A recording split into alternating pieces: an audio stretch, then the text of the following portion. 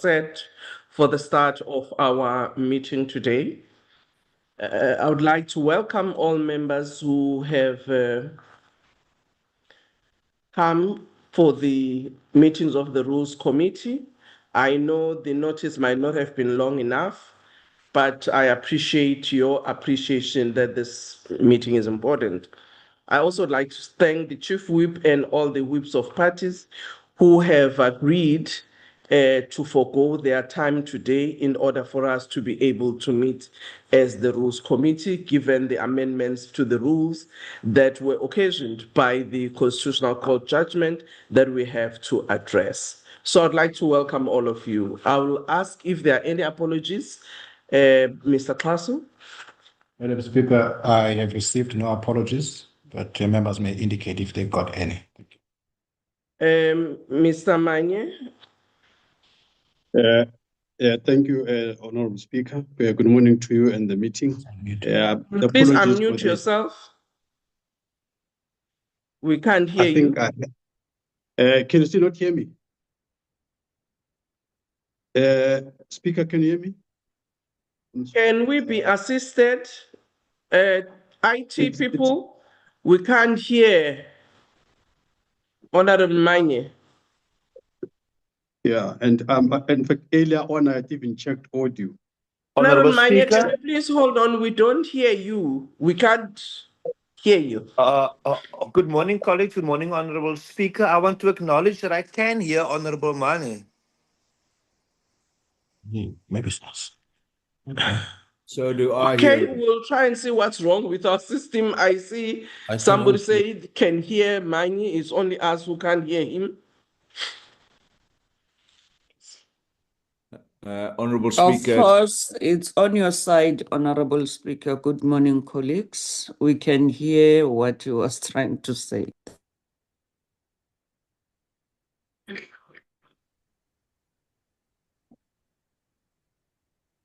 Speaker, hello? Can you hear me now? Yes, we can hear you now. We had to disconnect you from the... Okay, yes, thank you very much. No, I just wanted to convey the apologies of the Chief Whip of the MK Party. Okay, thank you very much. Apology noted. Are there any apologies that other members have that we need to record? I don't see any hand. Thank you very much. Those apologies are noted that have just been received from MK Party. We now move to the consideration of the agenda, which is very brief, really.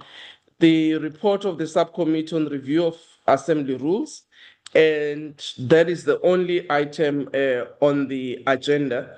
Agenda has been circulated. Honorable Manye, is that a legacy hand or a new hand? It's a new hand, Honorable Speaker. I had put a note on the group. I don't know, the framing of the agenda does not seem to allow for any commentary by some of us in the meeting. And I have 2 or 3 points I wanted to make in the meeting with your permission, Honorable Speaker. Yes, after the report has been tabled, Honorable Manye, there will be a discussion. We apologize that maybe it is not put there categorically, but I just want to assure you that after the tabling of the report, there will then be a discussion. Is that okay? Thank you very much, Speaker. Want to amend? That's fine. They say, all right. Once beaten, twice shy. One time I was asked which item on the agenda am I talking on, so I'm trying to avoid that. No, thank you very much. That is noted. Thank you, members. Can I get the mover for the adoption of the agenda? I move, Honorable Speaker. Honorable Manye moves. Can we get a seconder? I second, Honorable Speaker. Thank you very much, Honorable Direk. We now move to the report of the Subcommittee on Review of Assembly Rule. Subcommittee Chairperson, can you please make a presentation? The report was circulated to all members. It can also be flighted. Thank you. Thank you very much, Honorable Speaker. Good morning to you and my colleagues on the platform. I'll request that I switch off my video for better connectivity. So I will go straight to the subcommittee report. I hope I'm audible, Honorable Speaker. The report is straightforward, and also I will not go through the proposed rules as they are.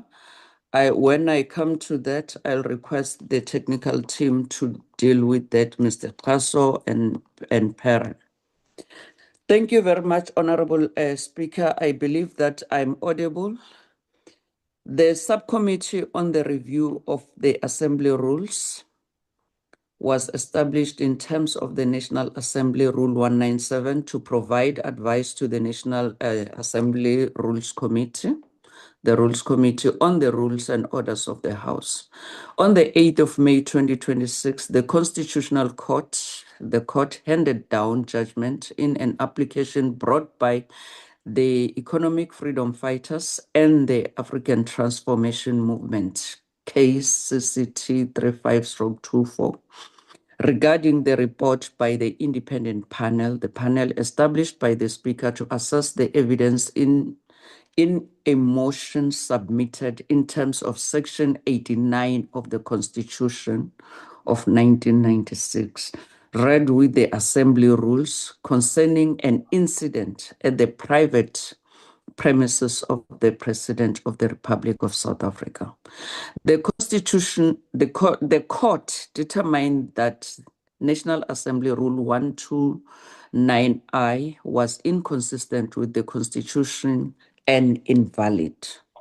The court also invalidated the vote that took place on the 13th of December 2022 in the National Honorable Assembly. Speaker. Yes, Honorable Mhlauli. My sincere apology for disturbing Honorable Mpapane. The chief whip of the largest party is on the waiting room and is not being accepted. It's been long now. I thought that by now he will be accepted. My sincere apologies. Okay, thank you. We'll ask IT to check on that. Honorable Mpapane can proceed. Thank you very much, Honorable Speaker. The court determined that National Assembly Rule 129I was inconsistent with the Constitution and invalid. The court also invalidated the vote had on the 13th of December 2022 in the National Assembly on the report of the panel and referred the report to the impeachment committee established by the Assembly rules. In respect of a remedy, the court found that a limited severance coupled with a read-in was necessary to correct the rule, this to remain in effect until the National Assembly corrected the defect in the rules. On the 11th of May, the Speaker referred the judgment to the subcommittee to consider the implications for the rules and how any procedural shortcomings should be resolved. The subcommittee convened on the 21st of May and the 4th of June, respectively, to deliberate on legal advice and proposals, as well as submissions from political parties on the possible procedural reforms. The proposals were presented to the subcommittee by Parliament's Constitutional and Legal Services with assistance of the Senior Counsel.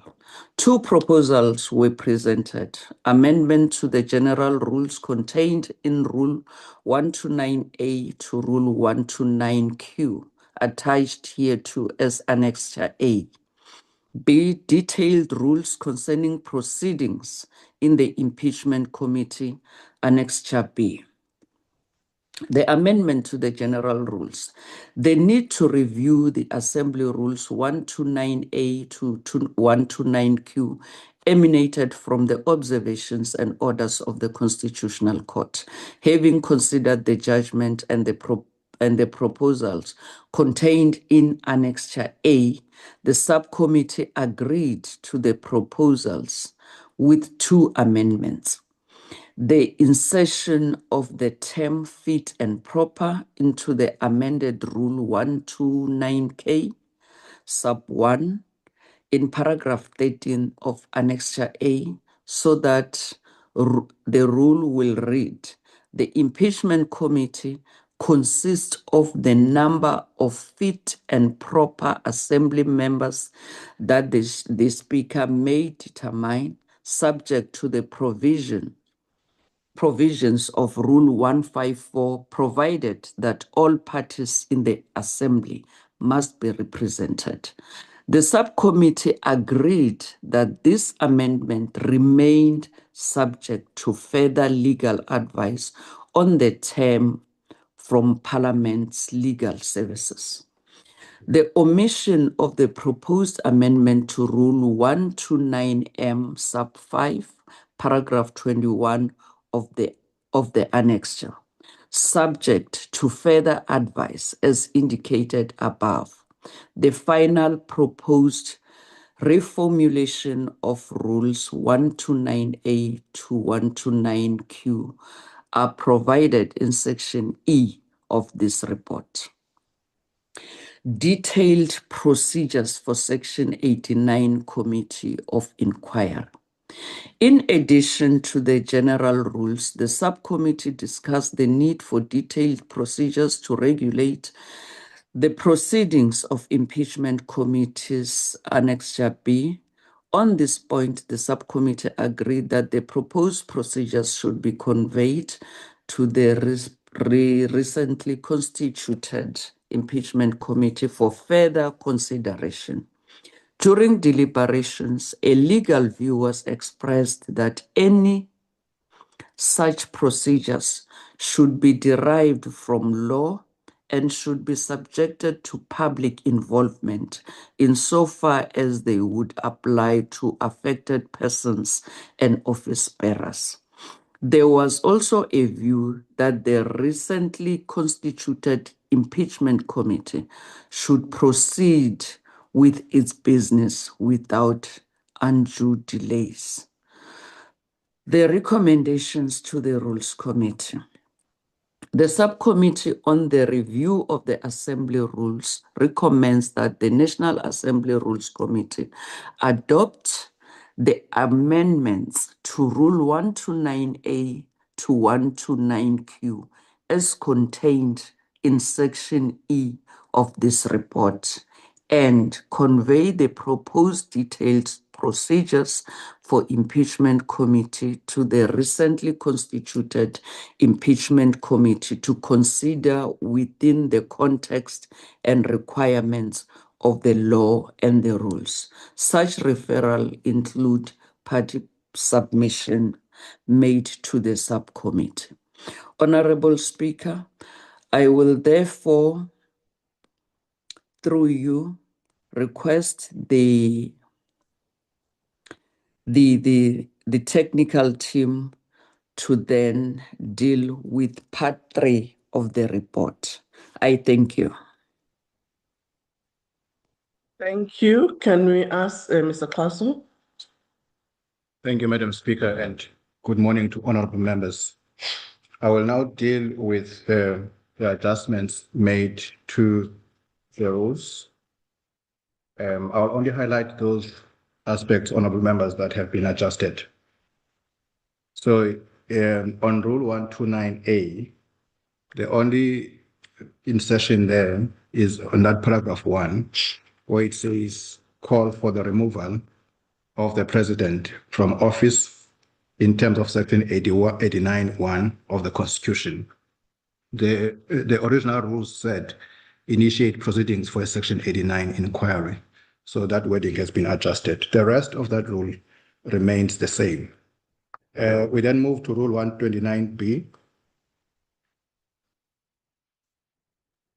Yes, so it's the same there, calling for the removal of the president from office in terms of Section 89(1) of the Constitution. Is it just that small technical adjustment? And Rule 129C, sub-rule 1, we have replaced the only insertion there is towards the end of the sentence, established in terms of Rule 129D. That is the insertion there. The previous rule would have said established for the purposes of considering preliminary Section 89 matters. So that's the only adjustment. And of course, on 129D, where it says conduct a preliminary inquiry, we've replaced any. The previous rule said any preliminary inquiry, and we've said a preliminary inquiry. And on Rule 129E is the same as the original rules. There have been no adjustments there, honorable members. And Rule 129F, again, is the same. There have been no changes. Rule 129G, 1A remains the same. And B of that, we have this insertion calling for the removal of the president from office in terms of Section 891 of the Constitution. We've also adjusted what we had in the original rules was 30 days. It is now 90 days. In fact, even with the panel that we had in 2022, that 30 days was increased. I think it was increased to 90 days.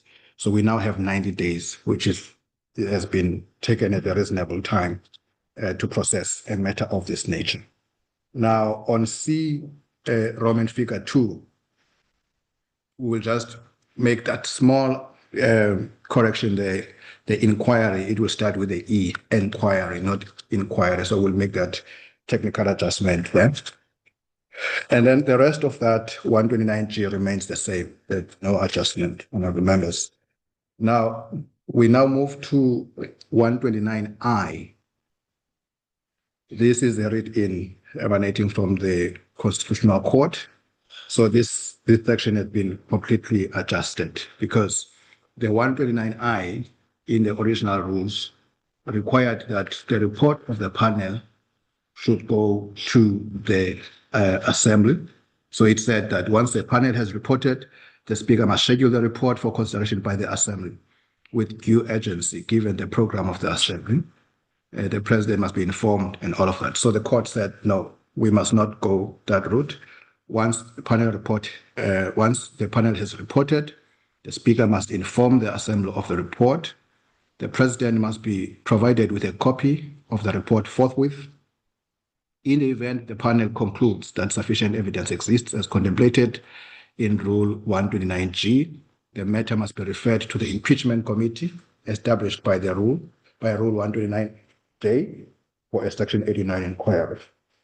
Rule 4 says, in the event the panel concludes that sufficient evidence does not exist as contemplated in Rule 129G, the speaker must schedule the report for consideration by the assembly. And in the event the assembly nonetheless resolves that a Section 89(1) inquiry be proceeded with, the matter must be referred to the impeachment committee established by Rule 129J for a Section 89 inquiry. This has been taken from the court order as is. That is the 129I. Then 129J, we say the Section 89 inquiries. Now, the original rule said impeachment committee for Section 9 inquiry in a singular. So this one says inquiries.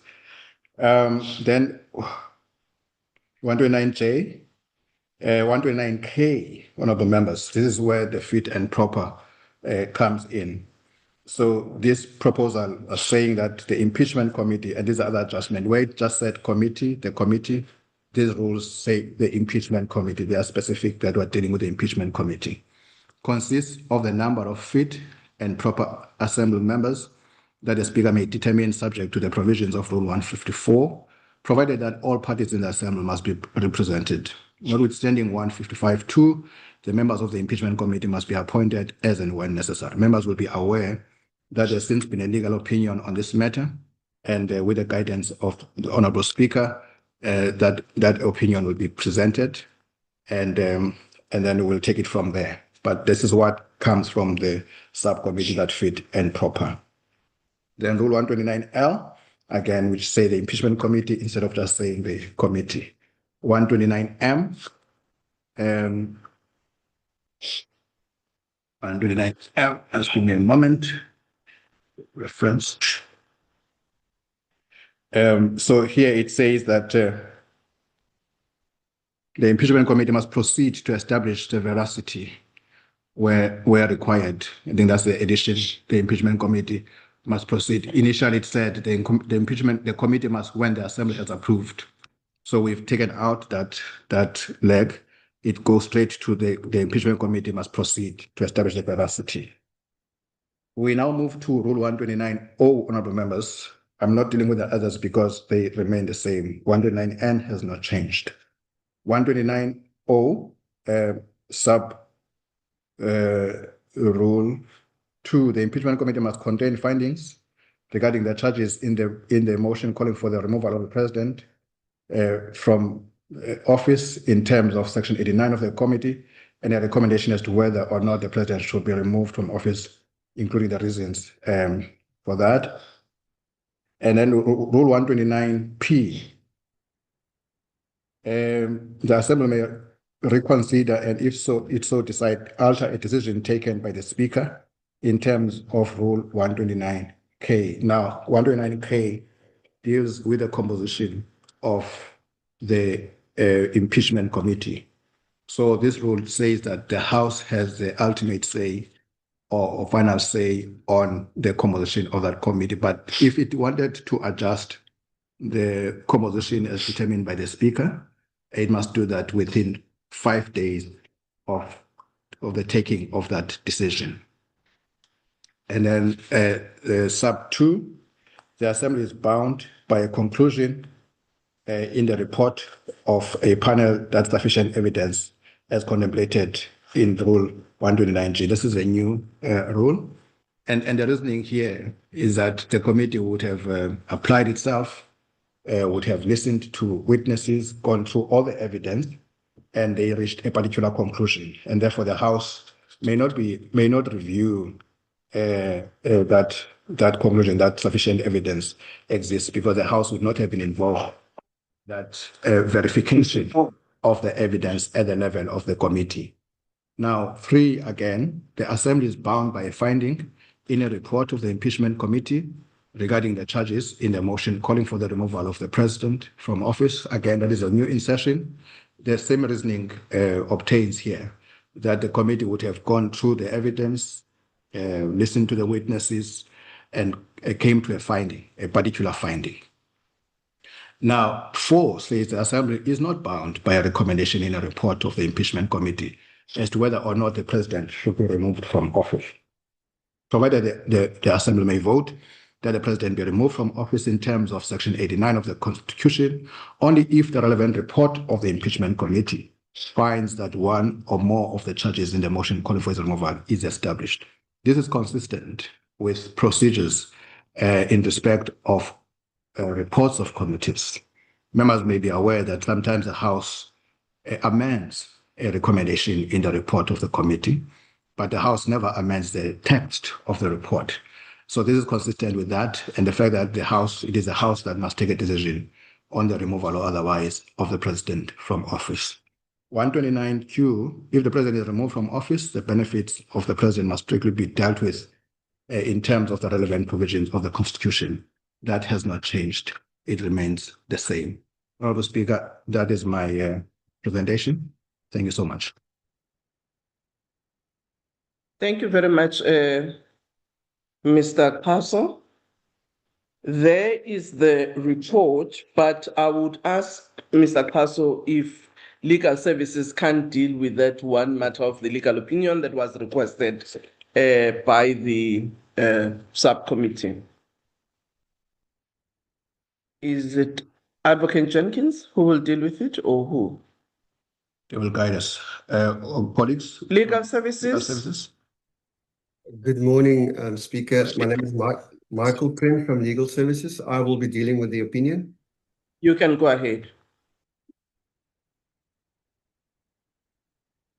Good morning, Speaker. Good morning, honorable members.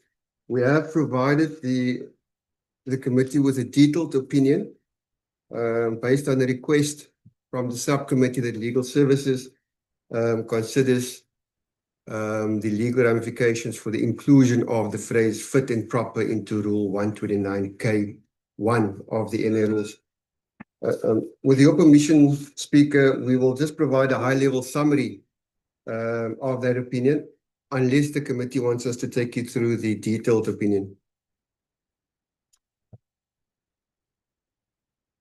So the legal questions that we considered, Speaker, was whether the NA is constitutionally empowered to introduce a fit and proper requirement for committee membership, whether such a requirement would withstand constitutional scrutiny, particularly in light of Section 19 of the Constitution, which deals with political rights, and Section 36 of the Constitution, which houses the limitations clause, and whether, as a matter of institutional design and democratic principle, such a requirement is appropriate in the context of parliamentary committees.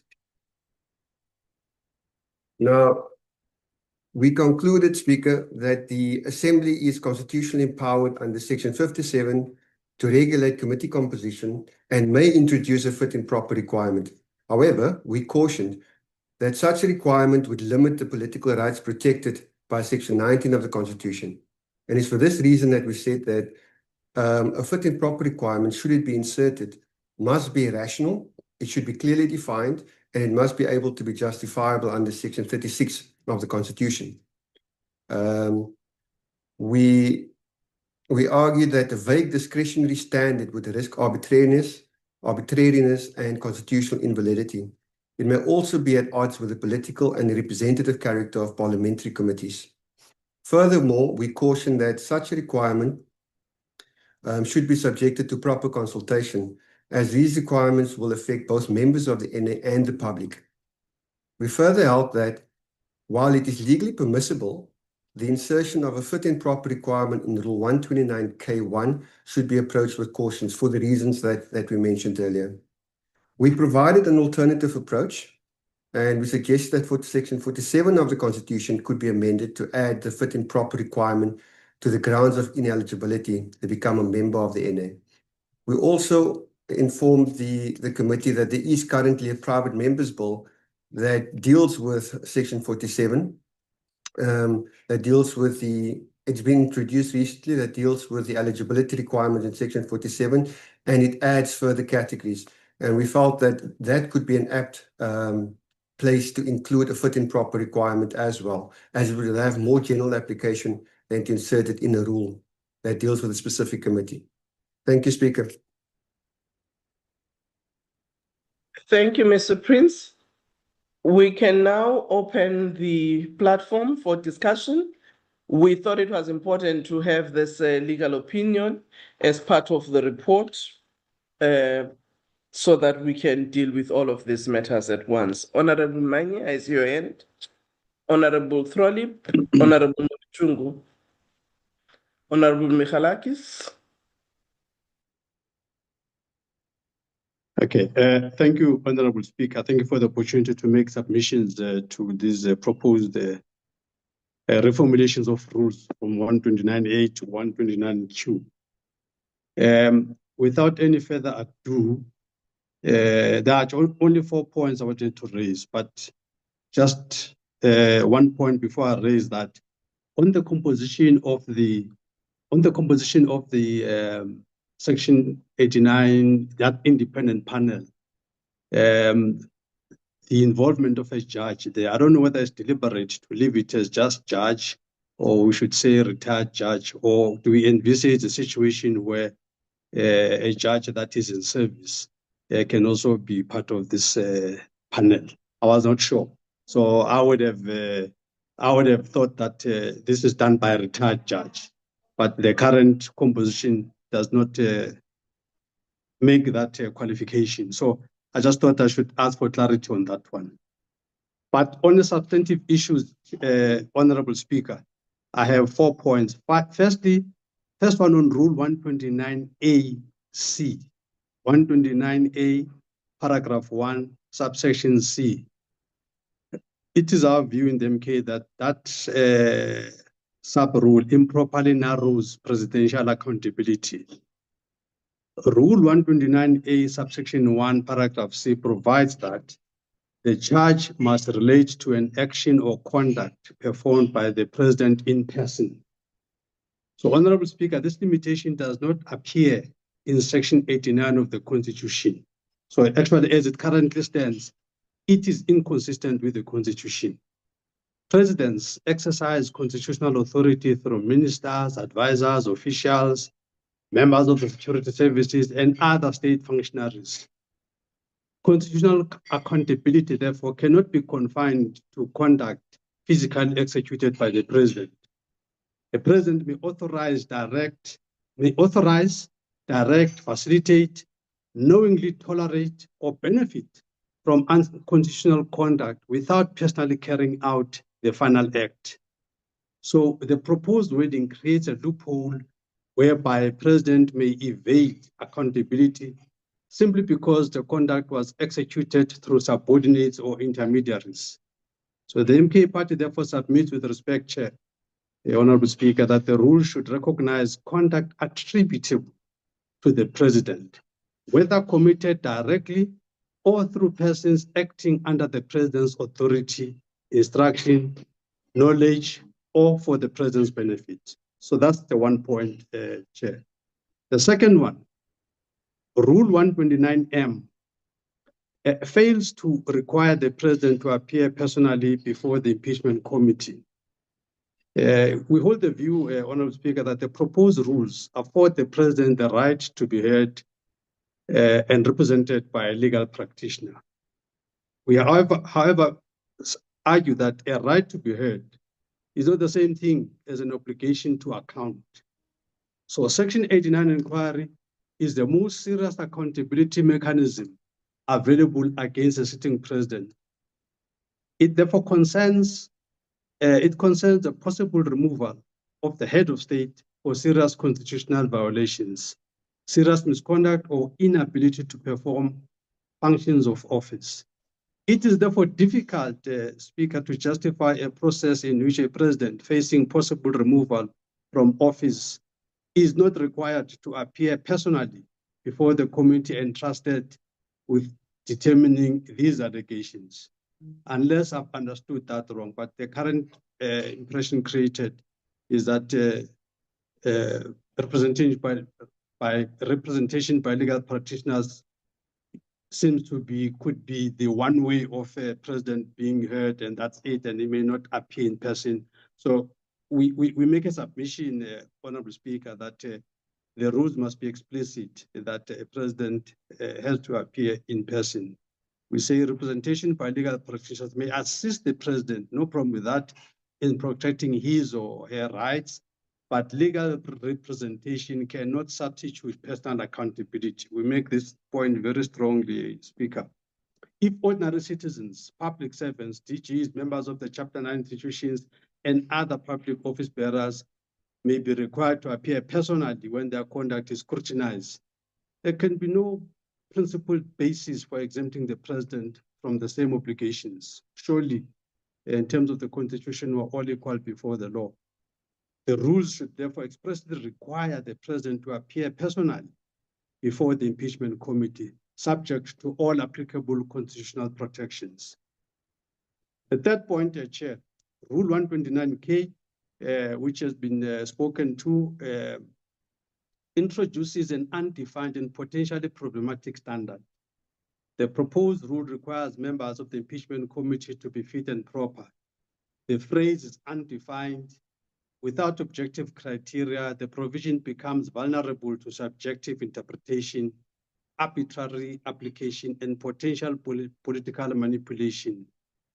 A constitutional process of this magnitude cannot depend on vague standards that may be interpreted differently depending on political circumstances. The NK party therefore submits that the phrase should either be removed entirely or be accompanied by objective, transparent, and reviewable criteria. We think this is quite a complicated, this could complicate the situation, Speaker, because we must then also, I think if you read that legal opinion, I must first of all commend it. I think it's a sound legal opinion because it makes a whole range of points. One of the points the legal opinion makes is that then, depending who must make the decision that a person is not fit and proper. Is it the Speaker? Is it this committee? Is it the court? Or who makes that decision? The court on its own, I'd submit that it is fit and proper. But can this committee, for instance, make that decisions of fit and proper if itself has not gone through that criteria? Whoever makes this decision, you know, Speaker, without digressing, the best way of putting this thing, I can only put it in Xhosa that ayikwazi ukwenzeka ntoba ingcibi ibe iyinkwenkwe on its own. You know, it's impossible. Awukwazi kwaluswa ingcibi eyinkwenkwe and all of that. So first of all, ingcibi himself must go through the process. So Chair, for us here to sit and be in judgment of fit and proper when ourselves not going through that, I think is a problem. So I really think my clear recommendation is that I think we should reject this that submission because it will be political. The last point, Chair, rules. Last point, Rule 129P3 and 129P4. It is a well-considered view as MK Party that they undermine the constitution.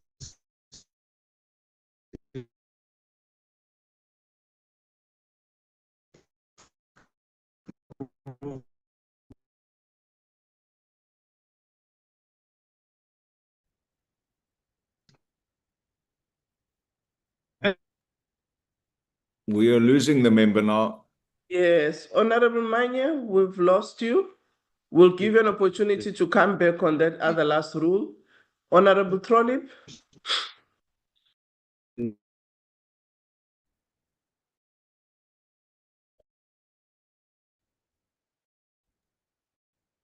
Honorable Trolip.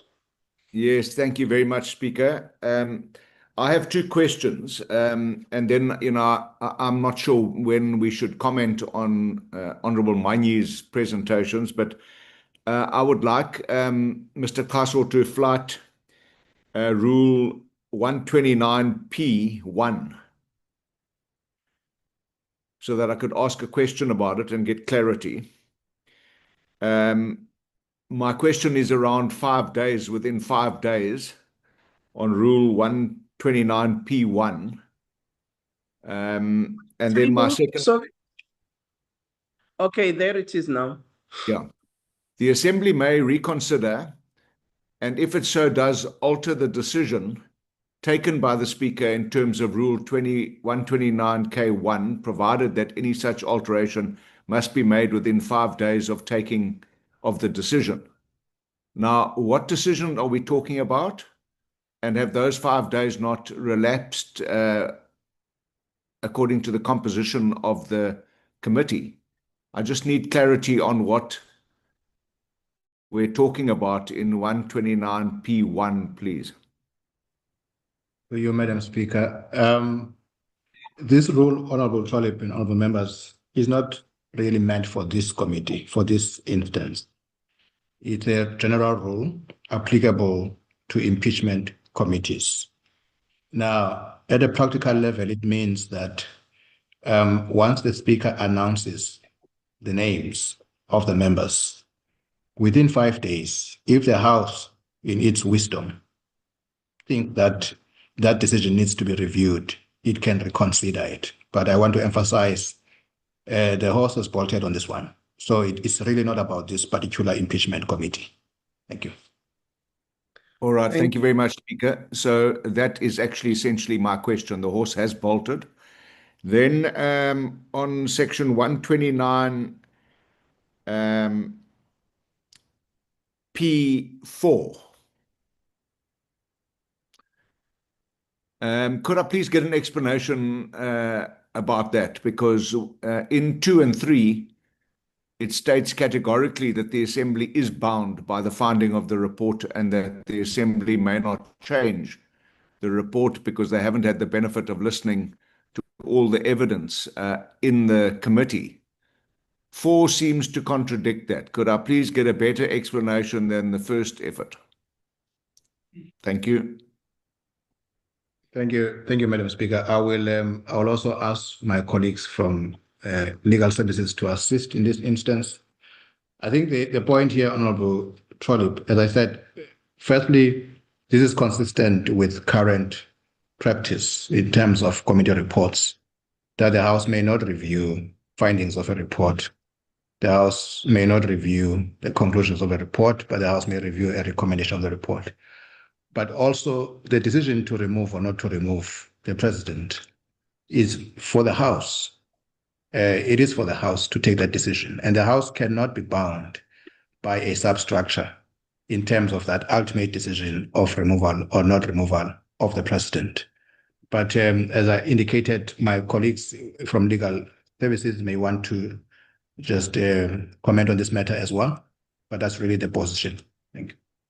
I'm covered. Thanks very much, Speaker. I've got clarity now. Okay, thank you. Honorable Noluchungu. Thank you very much, Speaker. Greetings to the people on the platform. Mine is on Rule 129M, which has been extensively covered by Honorable Manyi. I don't want to waste the time, but I'm comfortable with how he has presented 129. And then coming to 129K, we accept and agree with the legal opinion and that the DA in their proposal would be inconsistent with Section 47 of the Constitution. And we want to emphasize that the DA, if they really want to push for that amendment, they would have to seek a constitutional amendment first before anything can be done, or we accept their proposal. That is our input on those two rules, Speaker. Thank you very much. Thank you. Honorable Tlangwini. Oh, sorry, Honorable Mkhalakis, and then Honorable Tlangwini follows. Thank you, Madam Speaker. Madam Speaker, first let me point out with regard to the legal opinion that it does indicate very clearly that this is within the powers of the National Assembly to include the words fit and proper, and we welcome that finding of the legal opinion that this is totally permissible, despite the fact that the legal opinion does caution.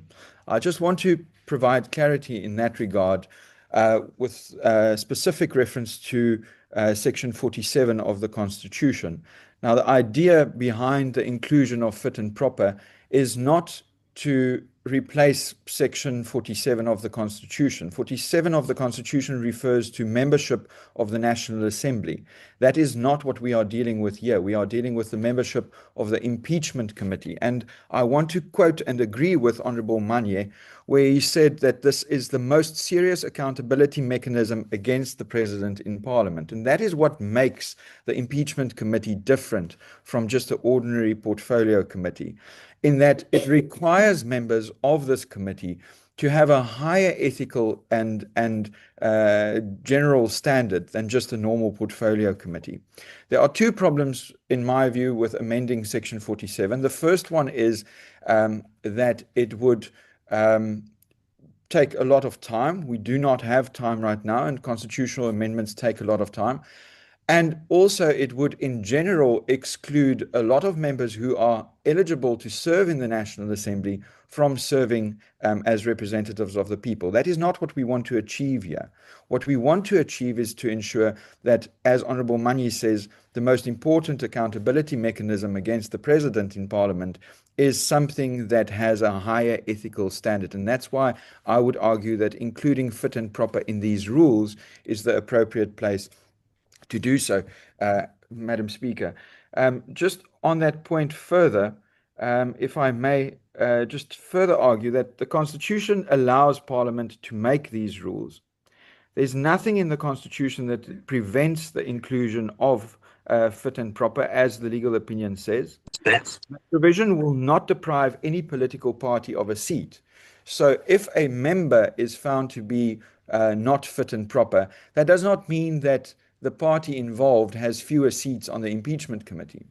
Let's take the MK, for example. If they had 3 seats and one member is found to be not fit and proper, the MK will continue to have 3 seats on that committee. So no political party is deprived of representation. And as I have mentioned, Madam Speaker, the impeachment committee is not just any other portfolio committee within Parliament. It is actually should be held at a higher standard. Madam Speaker, just in closing, I would agree with Honourable Manye where he says that they are happy with the inclusion of this, but on condition that it's defined in a way that sets out what is objective, transparent, and reviewable criteria. I think that might be a possible solution.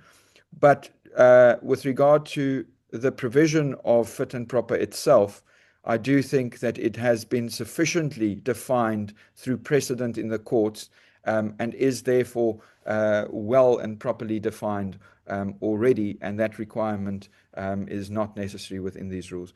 Thank you very much, Madam Speaker, and I would, for those points made, argue that we continue with the inclusion of fit and proper. Thank you, Madam Speaker. Thank you, Honourable Sangwini. Thank you very much, Speaker. Greetings to you, greetings to all of the colleagues and staff members.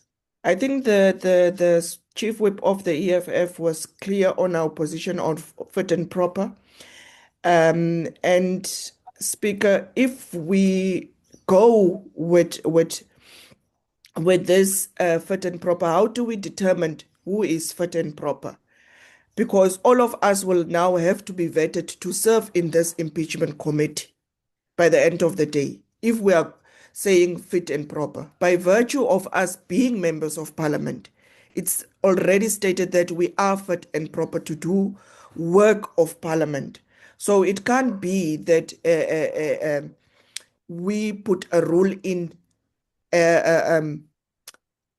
separate to that what the Constitution are saying. But then I want to check, Speaker, on if they can go to, I think, Section 89 in terms of the evidence leader that needs to be appointed. We are of the view as the EFF, and we have already wrote to you, Speaker, in this regard, that the evidence leader must be appointed in the impeachment committee. And then it must be nominated names that will be put in the impeachment committee. It must not be appointed somewhere in some office. The impeachment committee must have a say as to who will be the evidence leaders, and will assist them with the work. Thank you, Chair.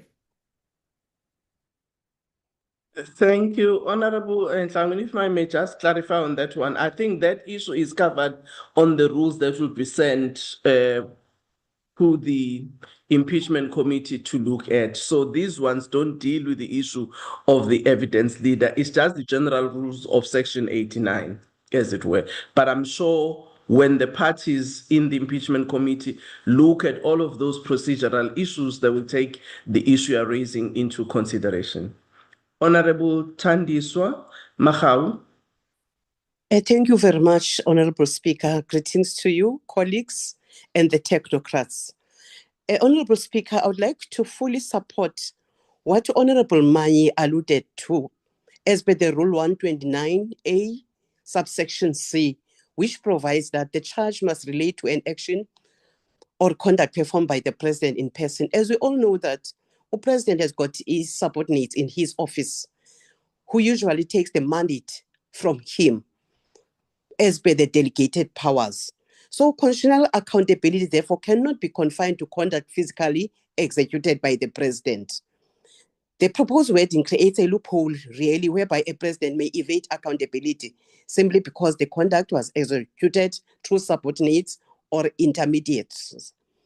So I fully support that the rule should recognize conduct attributable to the president, whether committed directly or through persons acting under the president's authority, instruction, knowledge, or for the president's benefit. Lastly, Honorable Speaker, the rule 129M fails to require the president to appear personally before the impeachment committee. As we all know that the Citizens Public Service Director Generals, everyone, is appearing before any structure put in place. When their conduct is scrutinized, there can be no principal basis for exemption of the president from the same obligations. The rules, therefore, should expressly require the president to appear personally before the impeachment committee, subject to all applicable constitutional protections. Those are my two suggestions supporting Honorable Manyi. Thank you, Honorable Speaker. Thank you, Honorable Makau. Honorable Breitenbach. Thank you very much, Honourable Speaker, and good morning to all the honourable members. Honourable Speaker, I am largely covered by the input of Honourable Mikalakis. I just wish to add one or 2 points. Firstly, that the National Assembly has the broad constitutional authority under Section 57 to regulate the composition of its committees. And in the legal opinion, it's set out as that it is legally permissible for the National Assembly to introduce additional criteria for committee membership, including a fit and proper requirement, and that this should not be unfettered, we all agree on. Honourable Speaker, I would urge members to consider that the impeachment committee is not just any ordinary committee. It is a committee that is put together to perform really the most important function that a committee in Parliament could perform. And that we should remember that there will be a very high bar for our participation in this committee, and that there will be a huge amount of public interest. So the requirement that the members of the committee should be fit and proper would be rationally connected to the objective of promoting integrity, enhancing public confidence, and ensuring credible impeachment proceedings. And this is vital. The proceedings must be viewed by everybody concerned, the members, the president, and the broader South African population, as being credible impeachment proceedings. That is vital. And so I would urge, Honourable Speaker, that we give serious consideration to including the fit and proper requirement in these rules. Thank you, Honourable Speaker. Thank you, Honourable Dirego. Honourable Manya, you'll come back last for your last 1 point. Okay, Speaker, accepted. Thank you, Speaker, and greetings to honorable members. Speaker, Honorable Mikalakis had partly covered me. Honorable Manyi indicated that the phrase should be properly defined, making reference to the term fit and proper. He even asked whether it is us or the court that has a legal mandate to make a determination on the matter. And we hear the argument, and these matters appear to be a bit complex, and we should therefore not rush them, as we may end up back in court again, which is something that we really do not want. That is why it is important for us to make sure that any issues with gray areas are properly dealt with accordingly.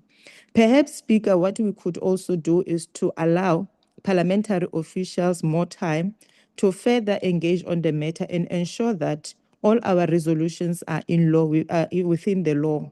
And furthermore, Speaker, this process should not only focus on the affected member, but rather on all matters of interest that may have a legal and procedural implications for the Parliament. So I therefore request that at least we allow parliamentary staff to do more proper and further consultation in this matter.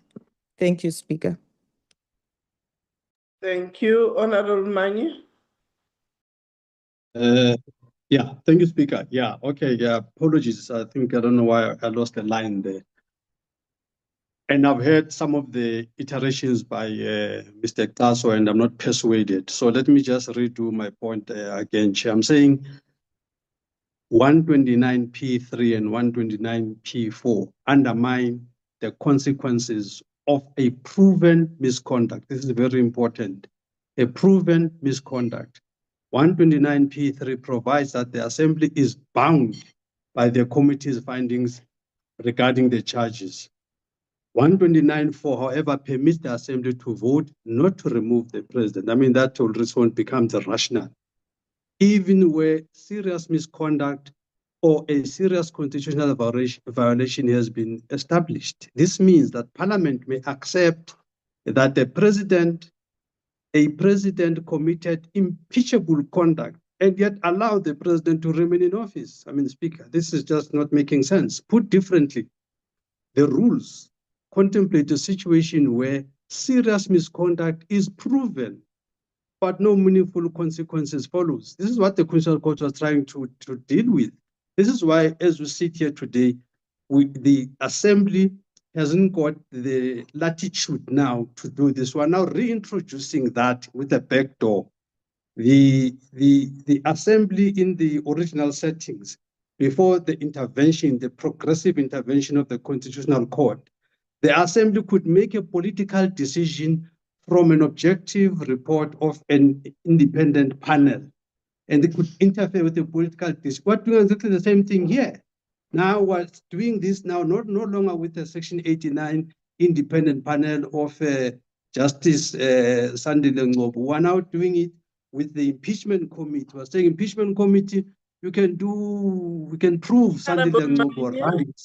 Help us with your proposals. I beg your pardon, Speaker? No, I was saying, having made your analysis, what are you proposing should be in the rules? So what I'm proposing, Chair, here is that the thinking about 129P3 and P2 must also be the same thinking and rationale applied to P4.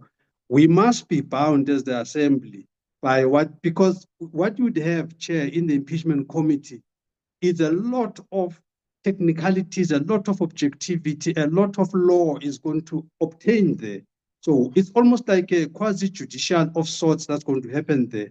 So once that committee makes a decision to say there is an impeachable conduct here, the National Assembly must not have the option to say, we hear you, but we're going to do something different. No, we must be bound by that recommendation. That recommendation must be almost like must be a binding recommendation, just like you have recommendations of a public protector. So I want to argue, Chair, that the submission by Mr. Klaso to say just like other committees is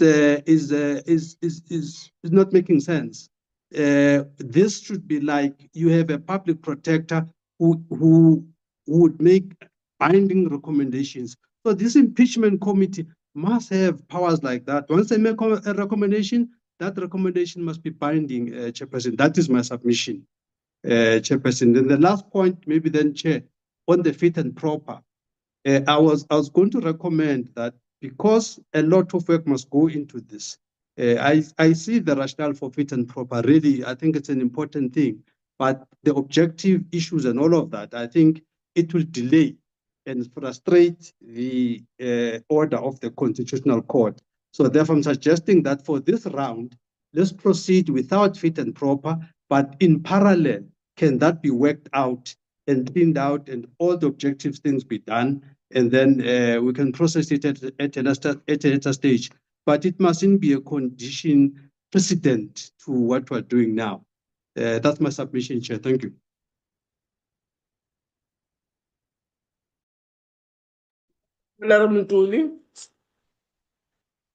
Good morning, Madam Speaker, and good morning to all colleagues on the platform. And thank you very much for the opportunity. No, Madam Speaker, I'm largely covered on the comments I wanted to make, so I will be very brief. Firstly, I want to propose that we adopt the rules as recommended by the subcommittee. That's number one. Number two, just briefly to weigh in on the discussion with regard to the fit and proper. I am unable to pick up a contradiction between what is contained in the rules and what is suggested by the legal opinion, in a sense that we should deal with the rule for what it is as a matter of principle and not associate it with a specific individual.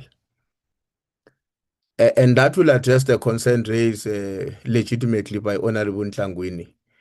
That then therefore there must be an interpretation of what we mean by that rule if it is codified in that way. My understanding is that that is a function of a different process.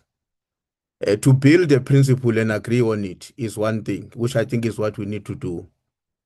And to then implement that principle or interpret it in order to ensure that there is compliance is a different process altogether. So my own view is that, and I listen very carefully to both Honorable Manyi and Honorable Michalakis, even in areas where they are converging and in areas where they may not be converging. Because I'm not a member of a sub-rules committee. I wanted to have a clear benefit of where are the areas of divergence in case they exist.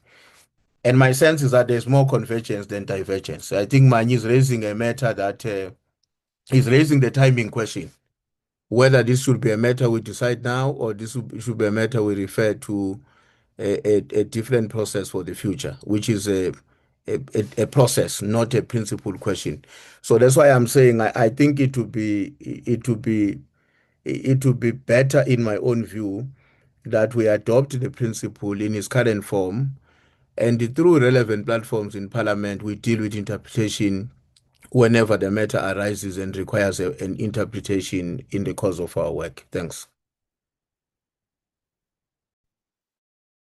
Thank you, Honorable Mika Mhlauli. Thank you very much, Speaker, and greetings to yourself and all those in the platform. I largely agree with the Chief Whip of the largest party on the submission he just made. And I will make additions on the principle and not the processes as a point of convergence. But I want to make this point before that Speaker, if you have noticed, people who spoke the most and longest in this meeting are people who serve in the sub-rules committee. And the sub-rules committee is supposed to deliver this report for the consideration of the rules committee. Otherwise, we may as well have it as one committee, because if we are going to deliberate at the sub-rules committee and come here, bring the same arguments that we lost that side, it's going to be a problem. And I'm not saying you are not entitled to speak, but let's regulate and give others who are not part of the sub-rules to ventilate on what we are bringing to the committee, instead of starting afresh as if we are not coordinated. The main point I want to speak on is this one of fit and proper. You know, Speaker, it becomes very difficult when Honorable Mani says he understands the rationale. His problem is the process which may delay and which culminate into frustrations, his frustrations. Unfortunately, frustrations are personal, and we can't make rules on personal aspects. We need to follow processes and agree on a principle that says fit and proper is needed, is a principle. How do we define fit and proper? I'll give you an example of what we are going to find, which was a frustration and made Parliament not to be looked at as a institution that is respectable. You know, at the ad hoc committee, one time Honorable Adams is questioning witnesses. The other time he's being questioned. because he's an interested party there. Same happened to the honorable member from the DA. How do we then have rules not to have such people in a committee where there are also persons of interest? So let's agree that this fit and proper will cover us in dealing with that, and then go and apply our mind to say, what would be the definition of this fit and proper? But we adopt the rules as they are to cover certain aspects that may arise as a problem in the future. I don't see any contradiction in adopting the rules as they are presented, especially that paragraph. But maybe we say, let's go and apply our minds on what would entail fit and proper. Thank you very much. Thank you, Honorable Vessels. Good morning, Honorable Speaker and colleagues. Thank you for the opportunity. Let me also associate myself with what the Honorable Ntuli said, and I want to second the proposal that we adopt the rules as proposed. I also want to support the fact that we include the principle of fit and proper. There is a definition, as the Honorable Mikalakis pointed out, already set in our courts, and we must agree, and I think we have agreement on the principle thereof. Speaker, then I just want to allude with regards to Rule 129P4, which has been spoken on a lot. And I think it's about understanding the whole process correctly. The Constitutional Court found that Parliament acted incorrectly and unconstitutional to vote on the recommendation of the independent panel with regards to impeachment. What does impeachment mean? Impeachment is not removal, Honourable Speaker. Impeachment means a state of accusation. So the process is that the panel has to find if there is prima facie evidence of the grounds set out in Section 89(1) of violations of the Constitution, gross misconduct, and so forth. Then the Constitutional Court ruled that if that prima facie evidence is there, impeachment continues. That means that the president is then, as is the case now, placed in a state of accusation. But the removal in terms of Section 89, we must go back to the Constitution. And what does Section 89(1) say? The National Assembly, by a resolution adopted with a supporting vote of at least 2/3 of its members, may remove the president from office in terms of the grounds.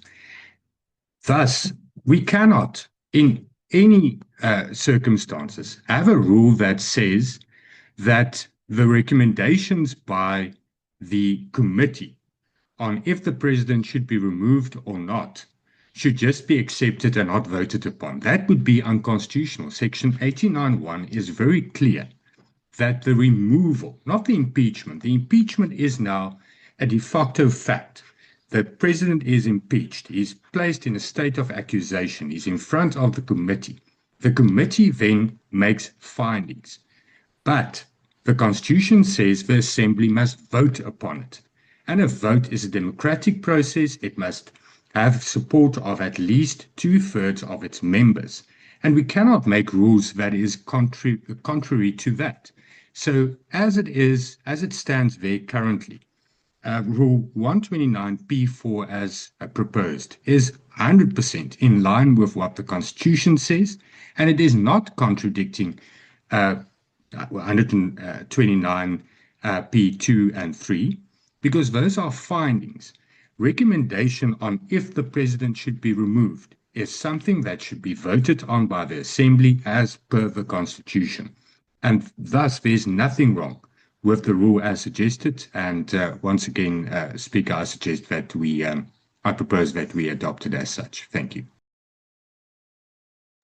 Thank you, Honorable Srolip. Thank you very much, Speaker.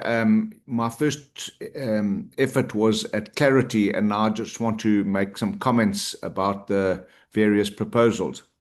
First of all, as far as fit and proper is concerned, Action SA believes that we should be doing everything in our power to ensure that our representatives on panels, especially important committees like this one, are fit and proper. So we have no problem in principle around getting a proper definition of what is fit and proper.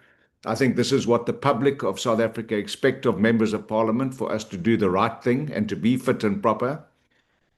But I also want to refer to the section that Honourable Wessels has just spoken on now, who I think gave the most coherent explanation about it, because I want to remind the Rules Committee that it was due to unfit and improper conduct by the National Assembly that we find ourselves where we are today after the Constitutional Court ruling, where this Assembly and the majority of the members in the Assembly simply voted to protect somebody rather than to hold somebody to account. Now, that is unfit and improper.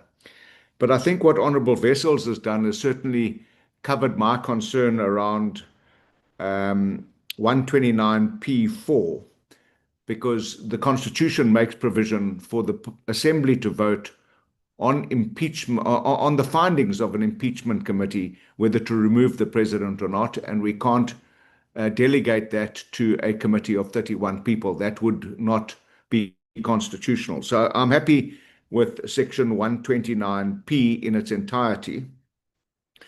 When it comes to section 129A and 1C and 129M, as per Honourable Manyi's representation, Action SA is in full support that the president must be held accountable for what he does in person and what he does through direct and indirect involvement in any improper conduct. I fully support that. The president has influence beyond what he himself or she himself does. They do influence members of the executive, they influence government, and they certainly influence VIP protection teams and various other people. There is influence that goes with the office. So the president should be held accountable for his direct and indirect actions. And then 129M, I believe that the president should not be shielded from appearing before the committee by sending a representative. Of course, he's entitled to have representation, but the president should appear in person. So I support the input from the MKP around those two items. The rest of the items, fit and proper, and 129P, 1, 2, 3, and 4, we support. Thank you, Speaker. Honourable Manyi. Yeah, thank you, Honourable Speaker. Thank you for indulgence. Yeah, I've heard and I've listened very carefully to the submissions by other members as well. I wanted to just check, Chair, what this means, because if you read the legal opinion, first it talks about things that are not going to apply retrospectively, as it were. I just needed us to be clear on this, as to we should be at idim in terms of what the entirety of that legal opinion means. And as I said before, that I think the Comrade Mtumseni really also summarized it very well in terms of separating issues. That the issue here, the principle of fit and proper, I don't think anybody should really argue with this principle. It's a very important principle. My problem was the fact that because I don't like it, we can't say we accept the rules as they are with a fit and proper. Whose fit and proper has not been defined. We don't even know who's going to determine it and all of that. That was my problem. That if we make it applicable here and now, it means that we must first know what we're dealing with. We can't say accept as things stand on something that is not defined. And I don't quite agree with Honorable Michalakis when he says it's a defined rule. If you go to the legal opinion again, the legal opinion talks to this matter. It says that the fit and proper incident that we had in Parliament had a specific situation, and the situation was about appointing other judges. Here, the legal opinion is very clear that this is not the same thing here. Here we're dealing with something else. We're dealing with members of parliament that are doing oversight. So it's a totally different context. So the two can what happened in that situation cannot be transposed here. So therefore, the fit and proper is not a general term that can be used under general application. No, it's not like that. That's what the legal opinion says. So I'm saying, Chair, Honorable Speaker, with respect, that if we proceed with that understanding of Honorable Mekhalakis, will be actually going against the legal advice. The legal advice is clear that the term is not general, it is specific. And this is my issue now, that to say, for us to make it Section 89 specific, it's going to require some work. And when we do that work, we will inevitably frustrate the Constitutional Court order, which talks to immediacy, as it was. So we need to find a happy medium here. This is why I was suggesting that, and I thought on the chief whip of the largest party was correct in separating issues. And that separation of issues, for me, it would then amount to that for the rules that must be adopted for here and now, so that the impeachment committee can go through unhindered. We must remove fit and proper, but we're not removing it forever. We're removing it for now so that everything else to provide certainty. But on the background, then all the work of the objectivity and customization and all of that can happen. That can take months for that piece of work to be done, because there's going to be representation and all kinds of things, Chair. So I'm saying, Chair, I think the statement to say adopt the rules as submitted is shortchanging us, Chairperson. Let's remove it for now and deal with it in parallel or in sequence or parallel or something. But it can't be. Askwazi thenga ikati isengxoweni, Chairperson. We cannot have a situation like this. We cannot agree to a fit and proper which is not defined. If we leave here on Thursday, we say the rules have been approved, they've got a fit and proper, what does that mean? And as I'm saying that the submission by Honorable Mekhalakis is shortchanged, is defeated by the legal opinion, which says that term is not a general term. It's a term that is specific to a situation. And the legal opinion, Honorable Speaker, is clear. It talks to the issue directly to say it's not transposable. It's in the legal opinion. So why do we pretend here now that it is a general term that is transposable? That's my submission, Chairperson. And I welcome the support also by Action SA on the other 2 points that were raised. And I don't know if, Chair, we are going to talk to the issue of the retired judge or judge or whatever, just so I'm clear on that one, Chair. But my recommendation is that we should be clear that it's a retired judge that we're talking to. Thank you. Thank you. Is there any other honorable member whose hand I might have not seen? No, let me ask Council and Legal Services to respond and I'll conclude. Thank you, Madam Speaker. Maybe on the issue of Rule 129, 129A-C, our response would be that if that rule were to be changed, it would not apply retrospectively. It would be for future engagements. In any event, such a change would require that this be referred back to the subcommittee. When the rules were formulated originally, I think the options were kept open to go for a retired judge or a active judge, and I'm not sure that it is really necessary to be prescriptive there. Hence, the need to consult the Chief Justice. The Chief Justice would advise on whether a particular judge can be released to attend to this matter. So there is that safety measure where the Chief Justice will be able to advise Parliament. My colleagues from legal services will comment on the issue of fit and proper and what are the implications of either of the options being given through you, Madam Speaker. Thank you. Mr. Prince? Thank you, Honourable Speaker. As we stated in our legal opinion, it's permissible to include the requirement of fit and proper.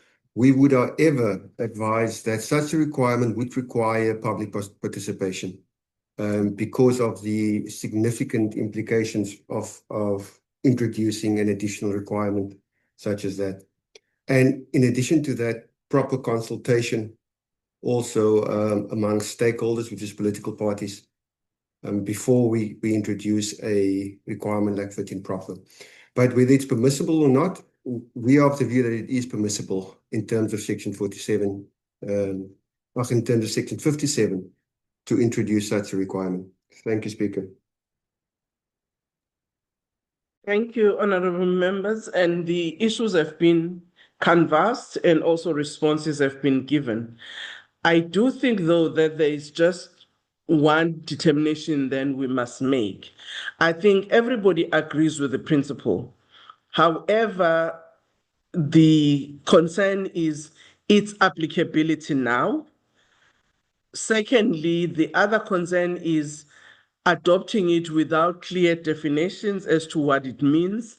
And the third issue is what is raised by legal services, that it's a matter that might require public participation.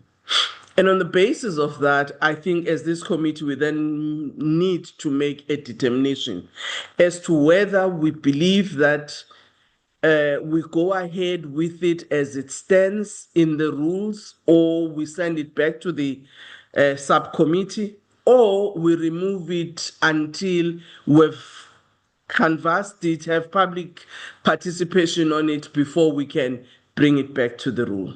Can I get a response from members? Honorable Ntuli? No, thanks, Speaker. Just Honorable before, Michalakis and Honorable Zwane.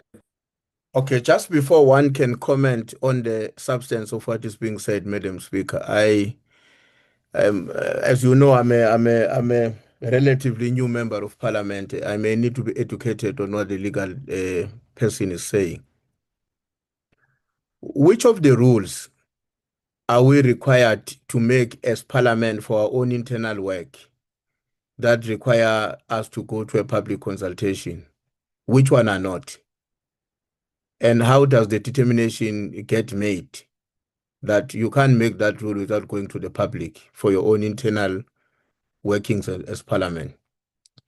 I just want to understand that, because I think we can't deal with the substance of what we are suggesting we must deal with now unless there is clarity, in my view, on that aspect. That's what I wanted to raise for now. Thank you. Honorable Michalakis?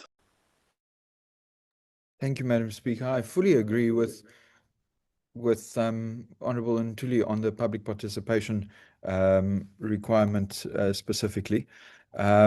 I do not think that this is something that we have done, at least as in my time on the Rules Committee, on any of that. We have accepted submissions, but we haven't, in the time that I've been here, taken any rules to public participation.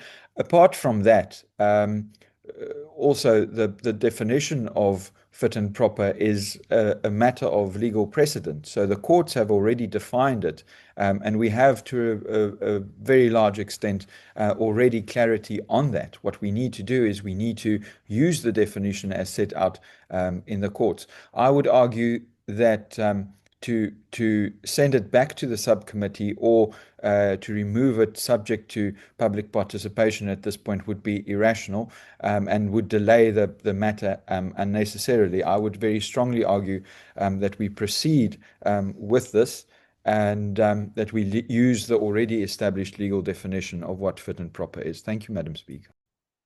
Thank you, Honorable Manye, followed by Honorable Tlangwini, followed by Honorable Breitenbach, followed by Honorable Mahau. Yeah, thank you, Honorable Speaker. Speaker, also, I just need clarity on your side as well, whether you're going to go through some of the points one by one or like, for instance, we're doing it fit and proper now, because then I also need to make sure that the other points that one had raised, you've captured them properly in your summaries to what's going to happen to them. For instance, the response by Honorable by Mr. Klaso, it was a bit vague in my understanding on that 129A1C. And we feel very strongly as the MK party on that point, that you can't have a situation where a president is going to do things through other people and be clean. And this must not be personalized. We're just talking principle here. Can't have a situation like that, where, I mean, the president is head of cabinet, has got at least a minimum of 34 people that do things on his behalf. And so if you do something believing that you've got the support of the president, and when the chips are down, then all of a sudden you've got a holy president that has got nothing to do with that. I mean, that doesn't make any sense whatsoever. So that 1C must go, Honorable Speaker. On this issue of the fit and proper, our clear recommendation, Chairperson, with the options that you've given us, is that remove it for now. And for the reasons that the legal services has articulated. And I think Honorable Mekhalaki is holding on to his point, despite the legal opinion saying that the definition is not generic. It is situational, and he does not want to accept that. And his recommendation is premised on his understanding, which is an incorrect understanding, that fit and proper is defined. And the lawyers are saying fit and proper is situational. The opinion says that in that particular case we've had in the National Assembly, it was as it pertained to the appointment of judges. That was one set of issues. Here, it's a different thing. We're doing oversight. It takes a different meaning.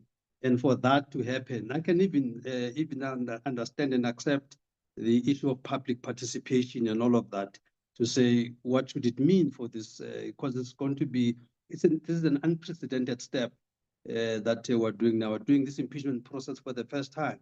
So I would sympathize, I would actually agree with the legal opinion that for that process to unfold, public participation must be part of the process. So Chairperson, and that's why for me, I'm saying I'm not in disagreement with this noble principle of fit and proper, but we need to arrive at it objectively. And the process outlined by the legal opinion is, in my view, correct. Let's have it, what is this rush for here? Let's have the process properly rolled out. On a point of order, Chair. And all agreed. Point of order, Chair. What is the point of order? Honorable Manya, can you hold on? What is the point of order? Chair, I'm confused what we are doing now. Are we reopening the same discussion we were having? I thought you asked a question and we need to respond to your question. The only thing that was remaining was the clarity that Honorable Ntuli looked for so that we can deal with your question. The reopening of who is right, who is having a wrong understanding and all of that, we will go back and respond as well because we are listening. So I don't know what we're doing. I'm a bit lost. If you can give clarity on that. Okay, Honorable Manya, members are responding to the question that I'm making. Yes, they may be advancing their points and supporting them, but it's answering the questions I've raised. Thank you. Honorable Manya, you can proceed. Yeah, thank you very much, Honorable Speaker. Yeah, I think, in fact, actually, I concluded my point. As I said, that I thought the Honorable Ntuli had summarized it very well to say maybe it's a timing issue, and I agree it's a timing issue. The principle of fit and proper, nobody in his right mind would disagree with that. But the problem right now, timing issue and the process to arrive at it. And I accept the Speaker's summary as well to say we can't be basically agreeing to a principle which is not defined. So let's define it thoroughly and let's go through the process that the legal advice is suggesting. But for now, clear recommendation, remove. Thank you, Honourable Speaker. Honourable Breitenbach. Thank you, Honourable Speaker. I disagree quite sharply with Mr. Prince's view of public participation, Honourable Speaker. There is no such requirement whatsoever that there should be public participation in the internal policies of Parliament. And I disagree completely that this process requires public participation or should be opened up for public participation. The legal opinion states quite clearly that the National Assembly has a broad constitutional authority under Section 57 to regulate the composition of its committees, and that it is permissible for the National Assembly to introduce additional criteria, including fit and proper. So I disagree very sharply with that opinion, and I do think that is a completely unnecessary process and should not be considered. Thank you. Thank you, Honourable Shauli. Thank you And very Honourable much. Shagwini. Thank you very much, Speaker. In responding to your question, first, I think that we must adopt, especially the fit and proper as proposed, and deal with the other matters that pertain to that at a later stage while we have adopted. The question that Honorable Ntuli is asking and what Honorable Breitenbach is disagreeing with, I think they are correct. They have point. When we came out of elections, Honorable Speaker, the second largest party was the Democratic Alliance. They decided to join Government of National Unity. We did not go for public participation to say MK party is now an official opposition because it's not in Government of National Unity. We did not go for public hearings when we said Honorable Ntuli is not going to be a chief whip of the majority, is going to be a chief whip of the largest party. So there are things and examples of what was done internally which did not go for public hearings that ourselves have determined, and they become rules in the National Assembly. The latest being that of order of speaking in Parliament. It did not need public participation.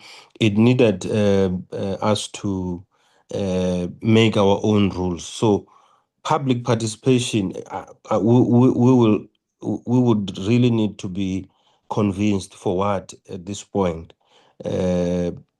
If that can be clarified before we speak on the other issues, but on the first issue of fit and proper, let's proceed and not be guided by feelings now.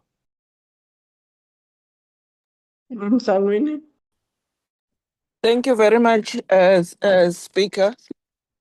Speaker, I think our position as the EFF it's clear. We'll propose as that the rules stand over and it's properly canvassed as the legal advisors have advised us. Has advised us. I think it needs to be taken out because as we have stated earlier on, we don't agree with the rules in the way it's being put down, and it dampens on the constitutionality of being a member of parliament. Now it must be determined, each committee must be determined by the speaker who is fit and proper. And I think that on its own, it dampers on our constitutional right and even the rules of parliament that indicate that all members of parliament can participate in whatever committee of parliament. So I think for now, let it stand over. Let's get more clarity on it, and maybe perhaps change the wording as per this fit and proper, because it's very problematic. Who do we determine who is fit and proper? By virtue being sworn in by the Chief Justice, it's already an indication that you are fit and proper. It's even stated in the Constitution as what it means to be a member of parliament. Now, if we are putting another fit and proper, tomorrow you are saying we must go and do health assessments and all of that, because you are determining we must do fit and proper. You are saying tomorrow what is fit and proper? All members of parliament must have a matric certificate. That is also, how do you determine this fit and proper? What is the criteria? Who is fit and proper? And that is why we are having a problem with this word of fit and proper. Let's all go and write assessment tests to see that we understand the constitution of the country to be able to be a member of parliament. So I really want to plead with you, Speaker, to let us put it aside for now, and look in terms of how we can tackle this portion of the rules to ntshore that we are having the correct candidates in this impeachment committee. Thank you, Chair. Thank you, Honorable Ntuli. Speaker, I thanks. I thought before I come back, I was going to get a response from Mr. Prince because I asked the question. Okay, let me ask Honorable Prince or Honorable Castle. Yeah. Madam Speaker, maybe I should just say the following. Of course, my colleague will come from the legal side of things. When we did a review of the assembly rules in 2016, we did invite public inputs on the rules. And of course, one must indicate that we don't always do that. And we were basing that on section 59(1), the NA of the Constitution. The NA must facilitate public involvement in the legislative and other processes of the Assembly and its committees. So we based it on that. But as members have said, in between now and then, we have not always gone to the public, and it's a really case-by-case matter that happens on a case-by-case basis. So maybe my colleague can explain, but also the issue of the retrospective application of this. Mr. Prince will deal with that matter. I thought, ma'am, I had answered Honorable Manyi, but just so that we remove any doubt. I said that if you wanted to amend 129, because remember, this is not a consequential amendment. These rules are largely about consequential amendments with a few exceptions. If you wanted to amend Rule 129 AC, you would need a substantive process, and that would mean it must go back to the subcommittee on the review of rules. And the issue of an obligation to appear by the president before the subcommittee, I think it was indicated that the detailed rules are going to the subcommittee. To the impeachment committee, and the impeachment committee must grapple with those issues. That's not what we are dealing with here. Fit and proper, that's what is being discussed at this point in time. So I thought we had responded to Honorable Manyi in those terms. Thank you, ma'am. Mr. Prince, may you want to come in? Mr. Prince, do you want to come in on the public participation issue before Honorable Ntuli comes in? Yes, thank you, Chair. Madam Speaker. Madam Speaker, I appreciate the views of members. Our view, and this view was supported independently by two senior counsels that we've canvassed these views with. Our view is that Section 57, as well as Section 59 of the Constitution, makes it clear that the National Assembly may make rules and orders, and those rules and orders must have due regard to, amongst other things, public involvement, is what 57 says. 59 says The National Assembly must facilitate public involvement in the legislative and other processes of the Assembly and its committees. And it's our view that this form part of what is referred to as other processes of the Assembly. Now, I cannot speak for the way rules were adopted in the past, Madam Speaker. All I can say is, maybe in answering Honorable Ntuli's question, is that we need to distinguish between process issues and substantive issues. And it's our opinion that mere process issues, as determined by the rules, does not need to be subjected to broader public participation. But where the rules seek to amend or introduce substantive issues, like this concept of fit and proper, it is our view that this will affect not only current participants of the Assembly rules, but also future members. And we feel that if members do not feel that broader public participation is required here, at the very least, internal consultation with members is required, although our view is that this is a matter that should be subjected to public participation. Thank you, Chair. Thank you, Honorable Ntuli. No, thanks, Chair, and thanks to Mr. Prince for the clarification that he has provided. And I do note as well that he doesn't want to take responsibility for what had happened before his arrival. He makes a comment that I don't want to talk to what happened before.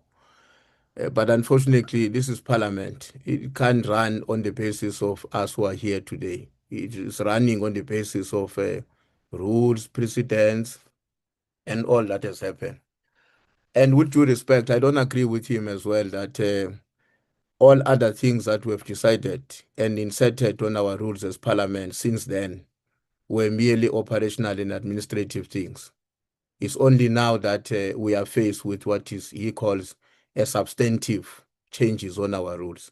I don't agree with that. That is his opinion, and I have a different opinion to that. We said here earlier on, through some of my colleagues, I never said this, but I listened to them carefully as they were saying this. Honorable Manyi, Honorable Mkhalakis, and others, just to paraphrase them, that this is an extraordinary responsibility before the National Assembly. For the past 30 years, we've never had to deal with a situation where there must be an impeachment of a sitting president. It's an extraordinary responsibility. It has come one in 30 years. It therefore follows that for such a responsibility, there would be higher expectation of our population, from our population. And the higher expectation will justify the position that says, therefore, even as we are sitting at home and we are watching developments in the National Assembly, you should be absolutely comfortable as a citizen of this country that the members who are seized with such a fundamental responsibility meet the requirement of being fit and proper in undertaking that responsibility. So I don't think that when we say this must be inserted now, it must be part of our rules. We may have to wait for another 30 years again to discuss impeachment of a head of state. So when we say we agree this must be inserted now as part of our rules, we are in no way suggesting, Speaker, that therefore the work of the impeachment committee must be delayed. We're just agreeing on the rules. The impeachment committee must continue, but it must continue with adopted rules, which include the fact that members of that committee must be fit and proper. If and when it occurs that a challenge arises which requires an interpretation as to whether any of those who are members of the impeachment committee are fit and proper, let's deal with that issue separately with the work of the impeachment committee proceeding. Like I was saying earlier on, matters of interpretation should not be conflated with matters of principle. And I want us to do away with the notion that says if we insert this in the work of the committee or in the rules of Parliament, we are blocking the work of the impeachment committee. I don't think that is the intention. The intention is that there must be an established principle, and we must work on the basis of that principle as we undertake the responsibility assigned to those who are members of the impeachment committee. That is a point I wanted to make, Madam Speaker. Thanks. Honorable Mkhalakis. Thank you, Madam Speaker. Madam Speaker, I firstly want to align myself with the input just made by the Chief Whip. Madam Speaker, I think it would be rather disingenuous of parties to ask for a postponement if you consider that the subcommittee sat last Thursday. It's Tuesday today. It's almost a week later. We all come to these meetings quite well prepared. And that is why we asked for the legal opinion, is so that we can get clarity in order to be in a position to make that decision today. And I do think that we should proceed in making that decision today. That's the first point. With regards to retrospectivity, we must also bear in mind that we are making rules not only for this particular case, but also for the future. And I therefore think that the addition of this would make a contribution in that regard. Just finally, Madam Speaker, with regard to the membership of the NA itself and the public participation, firstly, I think that those questions will open a can of worms that we can't necessarily contain, because the question then arises, are all the rules that Parliament has made to date where we didn't have public participation all of a sudden invalid? I don't think that is something that anyone can agree to. Internal consultation is done. Ultimately, every member in the House has a vote on these rules, and that is a form of consulting the members whether they agree with it or not. But, Madam Speaker, the most important point that I want to make is this, that despite the fact that almost anyone, except those excluded in the Constitution, Section 47, can become a member of the National Assembly, not anyone can become a member of all committees of Parliament. Not any member of the National Assembly can become a member of the Intelligence Committee.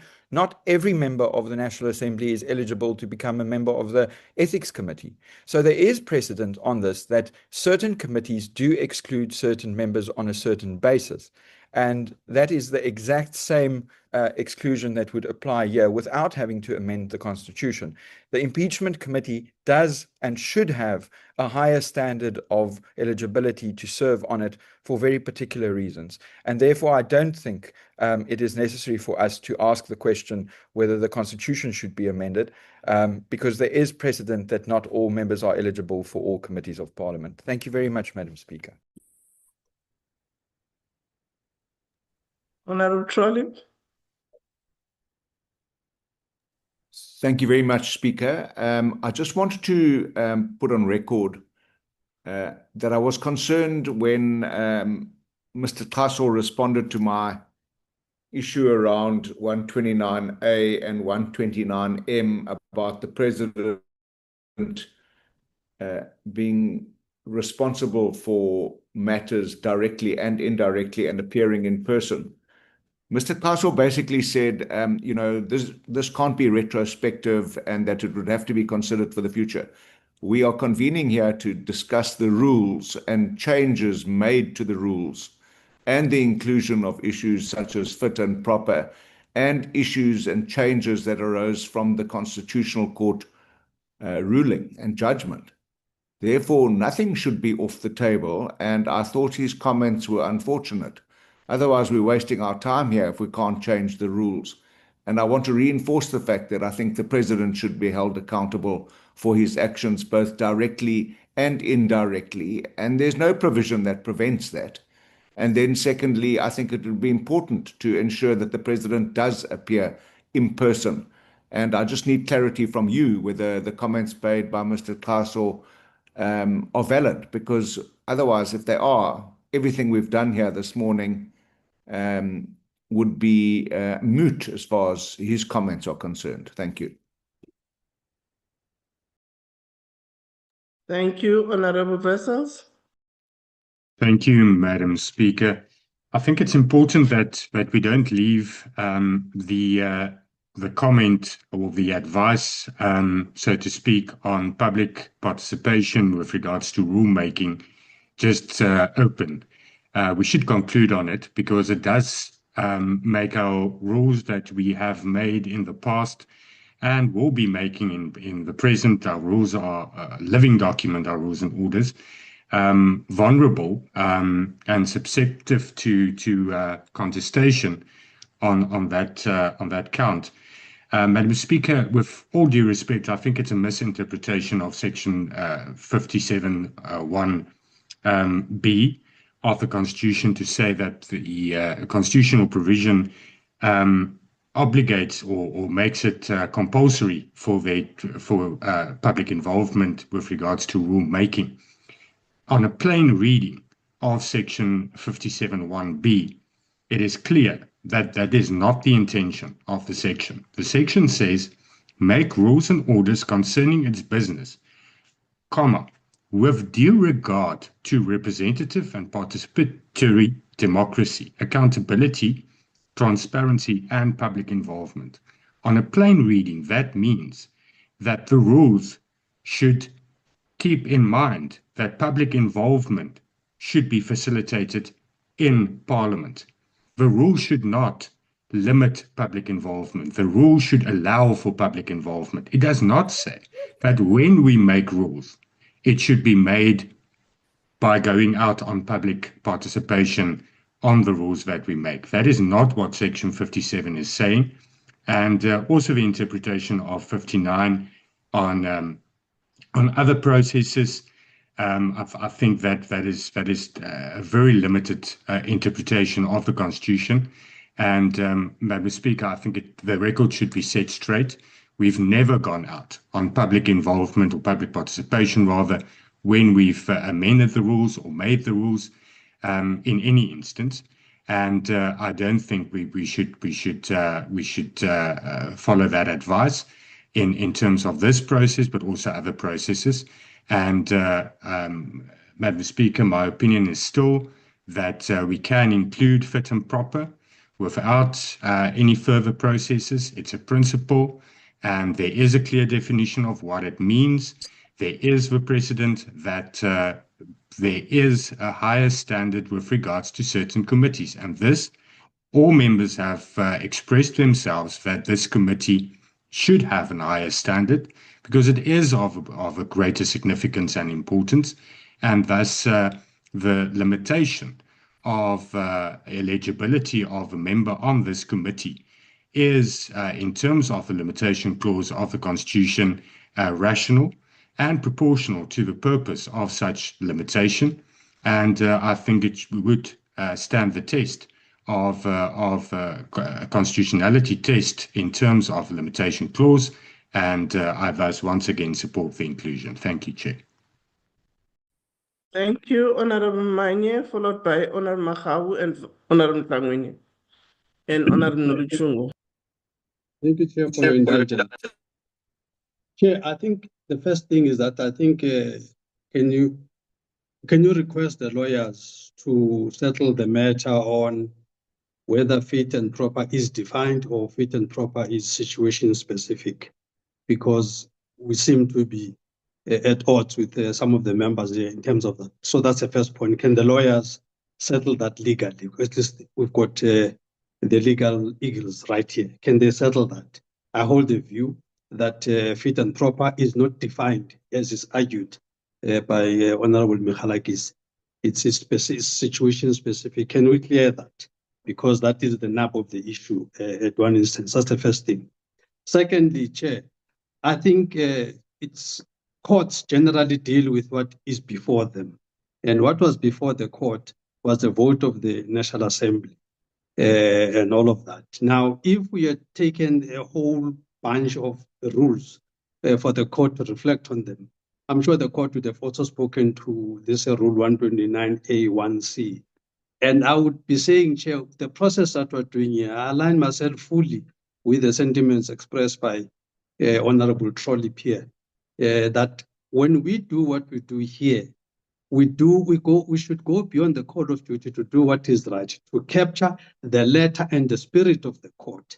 The reason we are entertaining the fit and proper here is not ordered by the court. So let's not pick and choose what you want to do here. Let's do everything as it were.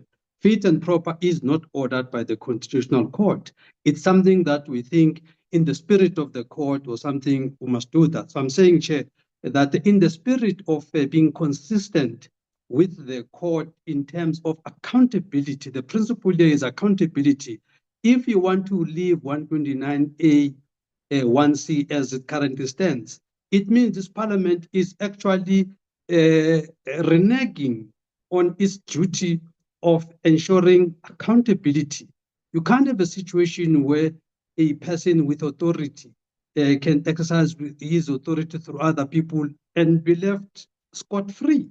That chairperson cannot make sense. So I'm saying that 129(1)A must be removed or reworded to make sure that it is there in person, and even when we're doing rule amendments here, so we have to actually do that, chairperson,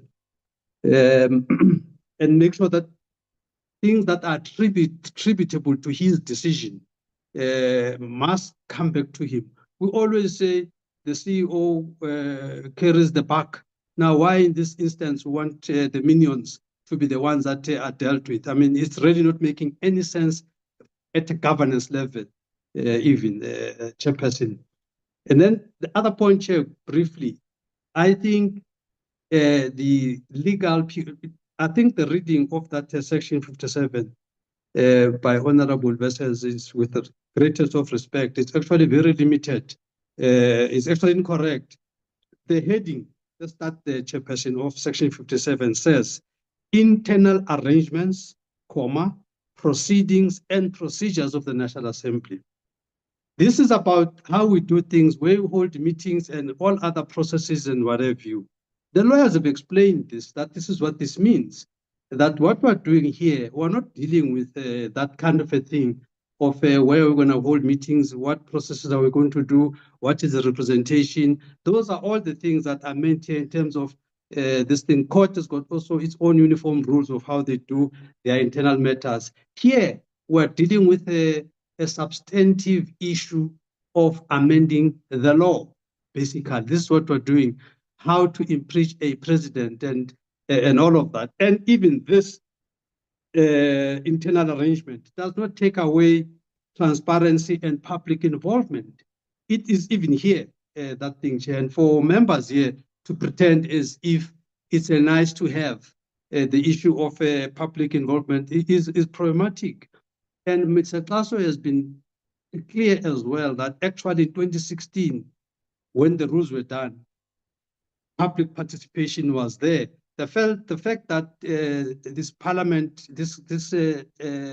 parliament from time to time needs it's actually quite embarrassing that we'll have a National Assembly that from time to time must be told what the right thing to do by the courts. Here, at least now, we're all awake now. We are saying we may not have done it here and there, but now we are awake and we're saying we must not do it consciously. Other things maybe can be excused that maybe we didn't do them, it was unconscious, there was no malafides and all of that. But right now, this is actually a malafides space, Chairperson. We want to, with open eyes, just commit a crime. This is what we're doing here. We've got a legal opinion. We want to take a view that we reject the legal opinion, but we've got no other legal opinion that contests this legal opinion. And we are told that this legal opinion was also not Advocate Prince's creation. He had his own mind, but he consulted two other senior counsels. But we don't have anything that matches that, simply because we are spirited in what we want to do. And we say, no, we reject. No, Chair, this cannot work like that. I think we should respect the legal opinion. It is well-founded, Chairperson. And again, in conclusion, submit, Chairperson, that fit and proper is not ordered by the Constitutional Court, and therefore, not that we discard it, but for what we are doing now, it can wait the other processes of public participation as advised by the legal eagles, and so that we have something that is solid. We can't have something agreed to in the rules that is not defined. That is just a no-no. We don't know. Honorable Manya? Yeah, we don't know who decides. Is it the Speaker that's going to decide? Is it the court that's going to decide? Who is going to decide this thing, Chair? So we can agree to that, Chair. Thank you. Thank you, Honorable Mahau. Thank you very much, Honorable Speaker. My point, Honorable Speaker, is around public participation. Now, my view is that everything which will lead us to public participation, we must try to avoid, knowing exactly the long processes of public participation. And secondly, there were submissions up by members of certain rules that will result to a process which is not free and fair. My point and my proposal, Honorable Speaker, is that if possible, the subcommittee must assist us, as you have recommended, that must we bring maybe other things back to the subcommittee. If the subcommittee will assist us in terms of reviewing some of the submissions of the rules, let it be, that is my recommendation, that let a subcommittee come in and assist us in terms of relooking at the rules which were submitted here, in terms of having a free and fair process at the end of the day. Thank you, Honorable Speaker. Thank you, Honorable Sangwini. Thank you very much, Honorable Speaker. First, Speaker, I think it's disingenuous to say that members of this committee didn't prepare whatever inputs that they have put in front of this committee by the Honorable Mikalakis. It's disingenuous from him. And then secondly, Speaker, I think we were quite clear that let's put this rule aside, because how, and I was not answered earlier on, how do we determine what is fit and proper? The Honorable Mikalakis would know, to be in the Intelligence Committee, there is a vetting process. So are we saying that members of the Impeachment Committee must go for vetting and a clearance, and clearance by whom?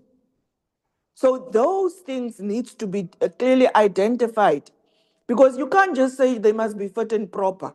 Fit and proper is determined by whom and by what? But must they have some law degree to be in the committee? Must they be healthy? And all of those. What do we mean by fit and proper? Must they be able to analyze rules and all of that? Must they be able to investigate the people that will come in front of the impeachment committee? So the way it's standing, it's really not giving us a full indication what is this fit and proper. And to state that we must not go for public participation, it's yet again a disingenuous advice. Because if we continue in the rules in this format, we will be left with no options yet again to run to the courts and go and so that they can determine for us what is this rule of fit and proper. What do we say who is fit and proper to be in this committee? Because what is fit and proper according to us for a member of the impeachment committee? Members must not be having or allegations of fraud and all of that. Let's state it and put it out in the clear. What do we mean by this fit and proper? Because as it stands now, even in the sub-rules committee, we were not fully canvassed. What does it mean to be fit and proper, Honorable? That's why we are coming to bring it back to say, let us know what is this of fit and proper. Must members go and write an assessment? What do we determine by fit and proper?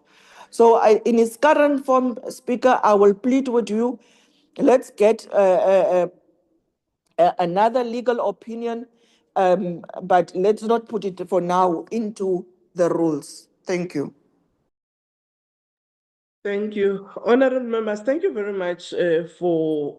You have you've noted my hand, but you have not allowed me to speak, Speaker. May I? Oh, sorry. Honorable Noluchungu, sorry, ma. No, thank you very much, Speaker. Speaker, I think we should avoid a situation where parties will run to courts to get our problems or our misunderstandings interpreted by courts. We've had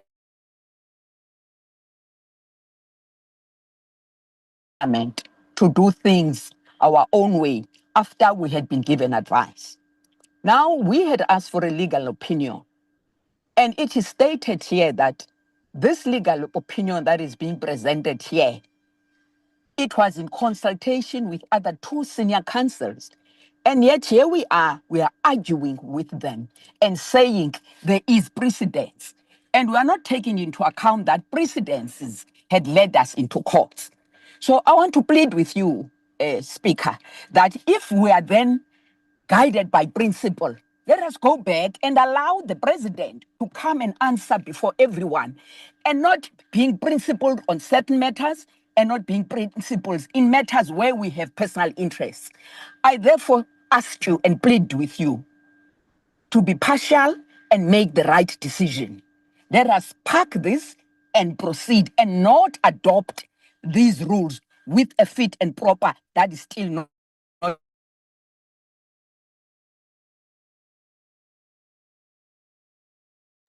Chungu, we're missing you.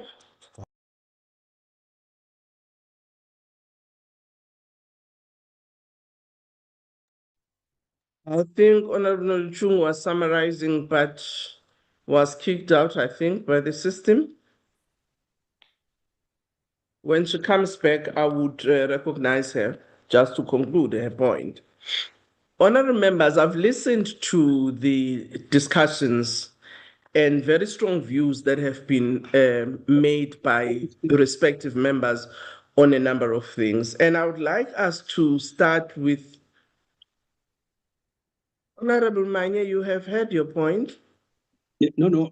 I've made, but the only thing, Honourable Speaker, I had asked, so that before you summarize, Honourable Speaker, I had requested that can we have the lawyers settle the issue of whether fit and proper is defined, because that is the nub of the issue. So if, with your indulgence, Speaker, if you could just ask them to just, before you summarize, can they put this matter to bed of whether it's defined or not defined? Thank you. Legal Services? I'm going to hand over to my colleague, Ms. Isaac, to address that issue, Madam Speaker. Thank you, Chairperson. With regard to the question as to whether the term fit and proper is defined, we have quoted case law, and there's also other cases in which there is a general meaning to what fit and proper is. However, that definition is usually used in respect of public office bearers and professions such as legal professions. Currently, and that definition is, of course, context specific and depending on the nature of the profession and the requirement as to why a particular role or person has to be fit and proper. Currently, obviously, the rules do not define what fit and proper is, and therefore there needs to be a common understanding for the National Assembly as to what fit and proper means. How does it apply? To what particular conduct will it apply? For instance, does it apply to previous conduct? Does it apply to conduct committed during a member's term? So we don't have a common understanding as to what fit and proper means in respect to members of the National Assembly. Thank you, Mr. President. Thank you very much. Honorable members, I have listened to the various points that members have raised and other questions of clarity, but also where members have raised very strong views on what the rules need to address. Firstly, it's important for me to indicate that not all parties are part of the sub-rules committee. There are 8 members of the sub-rules, but the rules committee include everybody. Yes, all parties were given the rules to make their comments. Maybe others may not have done so. I just thought it's important to clarify that first. Secondly, there are other issues that have been raised beside the fit and proper. If I were to start on what Honorable Mpapane raised, is that these amendments have largely been occasioned by the Concord ruling. So that's where we start first. But in the exercise of that work, it was in the view of the subcommittees that there might need to be clarity given on other points, which is why you will see that there may be other new insertions that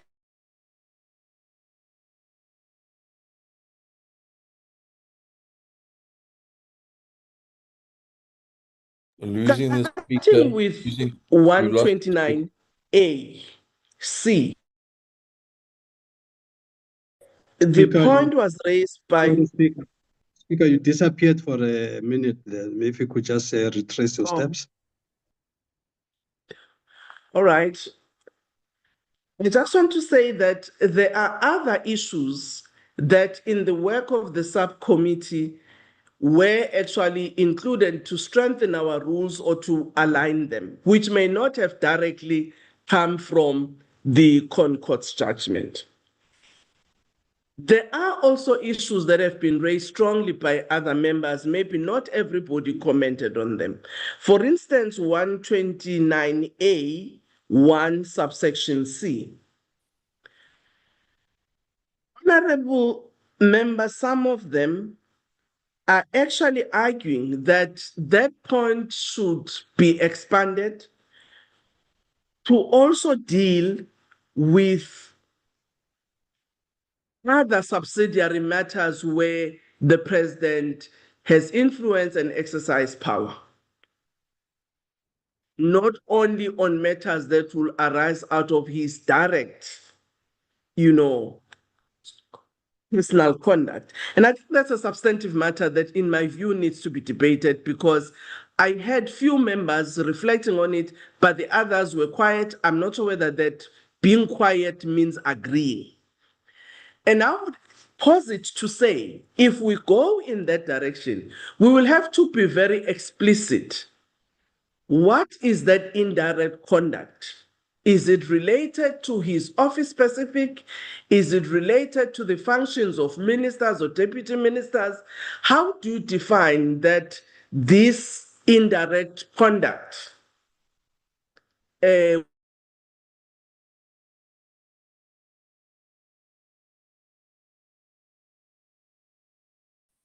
I'm saying that's one of the issues that have been raised, but I didn't hear other members commenting on it. And in my view, I don't think, all of us are clear about what will that mean. And I just thought I needed to flag it. The other one related to 129M, where members felt that president must be able to appear himself. And I just wanted to say, if you look at 129M3, it does say that the impeachment committee must afford the president the right to be heard in his or her own defense and to be assisted by a legal practitioner or other expert on his or her choice. I don't think it therefore follows that he will not appear. I just thought I needed to make that clarity on that one. On the issue that has taken us a bit longer, on the fit and proper, while everybody is agreed with the principle, I think the difference comes on definition, and I think the legal team have made their statement as to why they think there will be need for thorough, articulation on this matter. But also they do say that it's context specific, and that as it stands now, there's nothing very clear as it relates to members of the National Assembly. What will that fit and proper mean? But secondly, beyond just the principle, the other members are raising an important point of distinction also. Other members have said this is an important committee akin to the Committee on Intelligence and Ethics. And Honorable Nhlangwini correctly puts that if you look at those committees, particularly your Intelligence Committee has to go through vetting process. So members will supply the names, but those names will go through vetting. Others will pass it, others won't pass it. So there's a particular determination as to how you arrive at those who serve there. And I think when we apply the fit and proper, one thing that is not clear is even when you make those determinations, who then does that determination? Is it the Speaker? Is it the House? Is it the Rules Committee? Who does it? And what is the kind of conduct that these members must possess that will be defined as fit and proper? So it's not just the simple of the principle of a matter of a principle. It's being at one as this rules committee recommending to the House so that everybody understand exactly what do we mean about this new rule that we're putting that we must be subjected to if we serve in particular committees of the House. And I do hear members saying, no, let's put it, but we'll deal with it later. It's not quite clear, honorable members, when you say later when. So it raises a new issue of retrospectivity. And not just on this matter, so on the 129A subsection C. I think that's the point that Honorable Cholip was raising to say, if you then say, we are just here, sizokhuluma nje ezinye izinto we're putting next time, so what was the point of having this meeting? And I do think, honorable members, if we want this rule to pass the litmus test, if we want these rules not to be rules that we fight around when it comes to implementation, better we clarify that.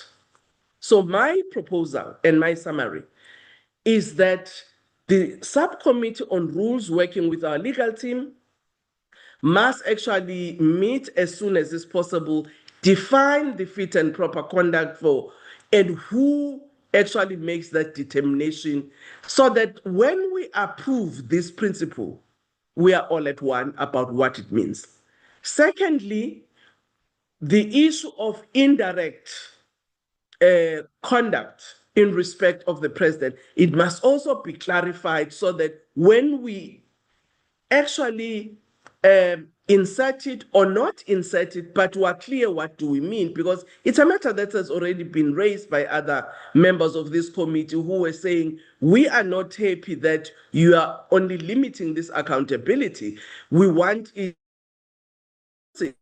are not saying anything, agreeing or not agreeing, but I think it's a substantive matter that must go back for thorough canvassing by the sub-rules and legal team and be brought back to us so that when we proceed to go to the House, we are clear collectively what are we recommending the House to deal with.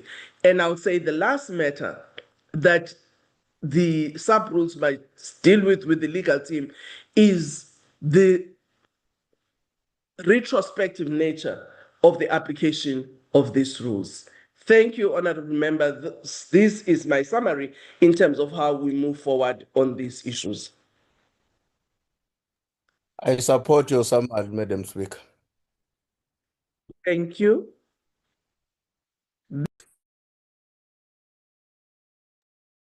Madam Speaker, can I just ask for clarity, second question? Yes, honorable Mani.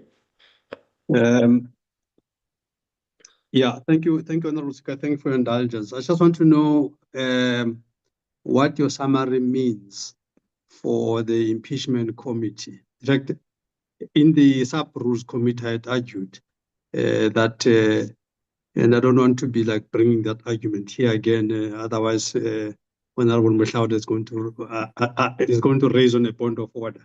The issue was that the Constitutional Court had actually made our life easier by giving us a read-in.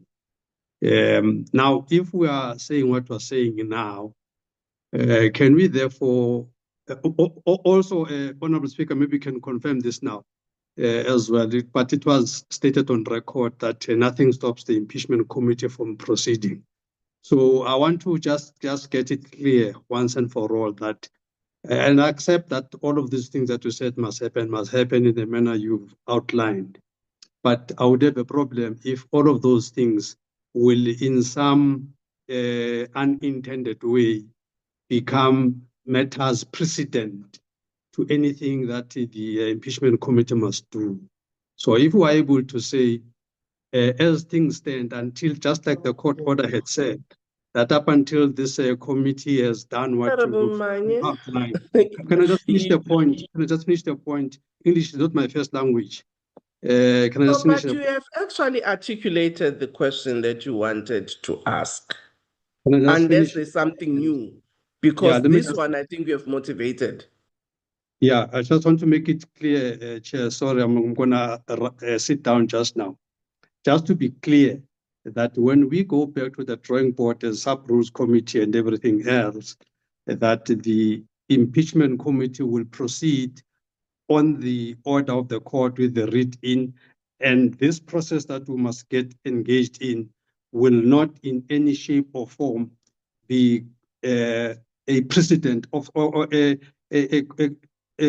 inhibitor for the impeachment committee to do whatever it needs to do. That's all. I need to just make sure that we are clear on Speaker. Thank you. Madam Speaker. Honorable Chair. Thank you very much. There is something that I want to understand so that when we leave here, we are all on the same page. There are detailed rules that as the subcommittee and some of the parties' inputs, because some parties didn't have the opportunity to make those inputs.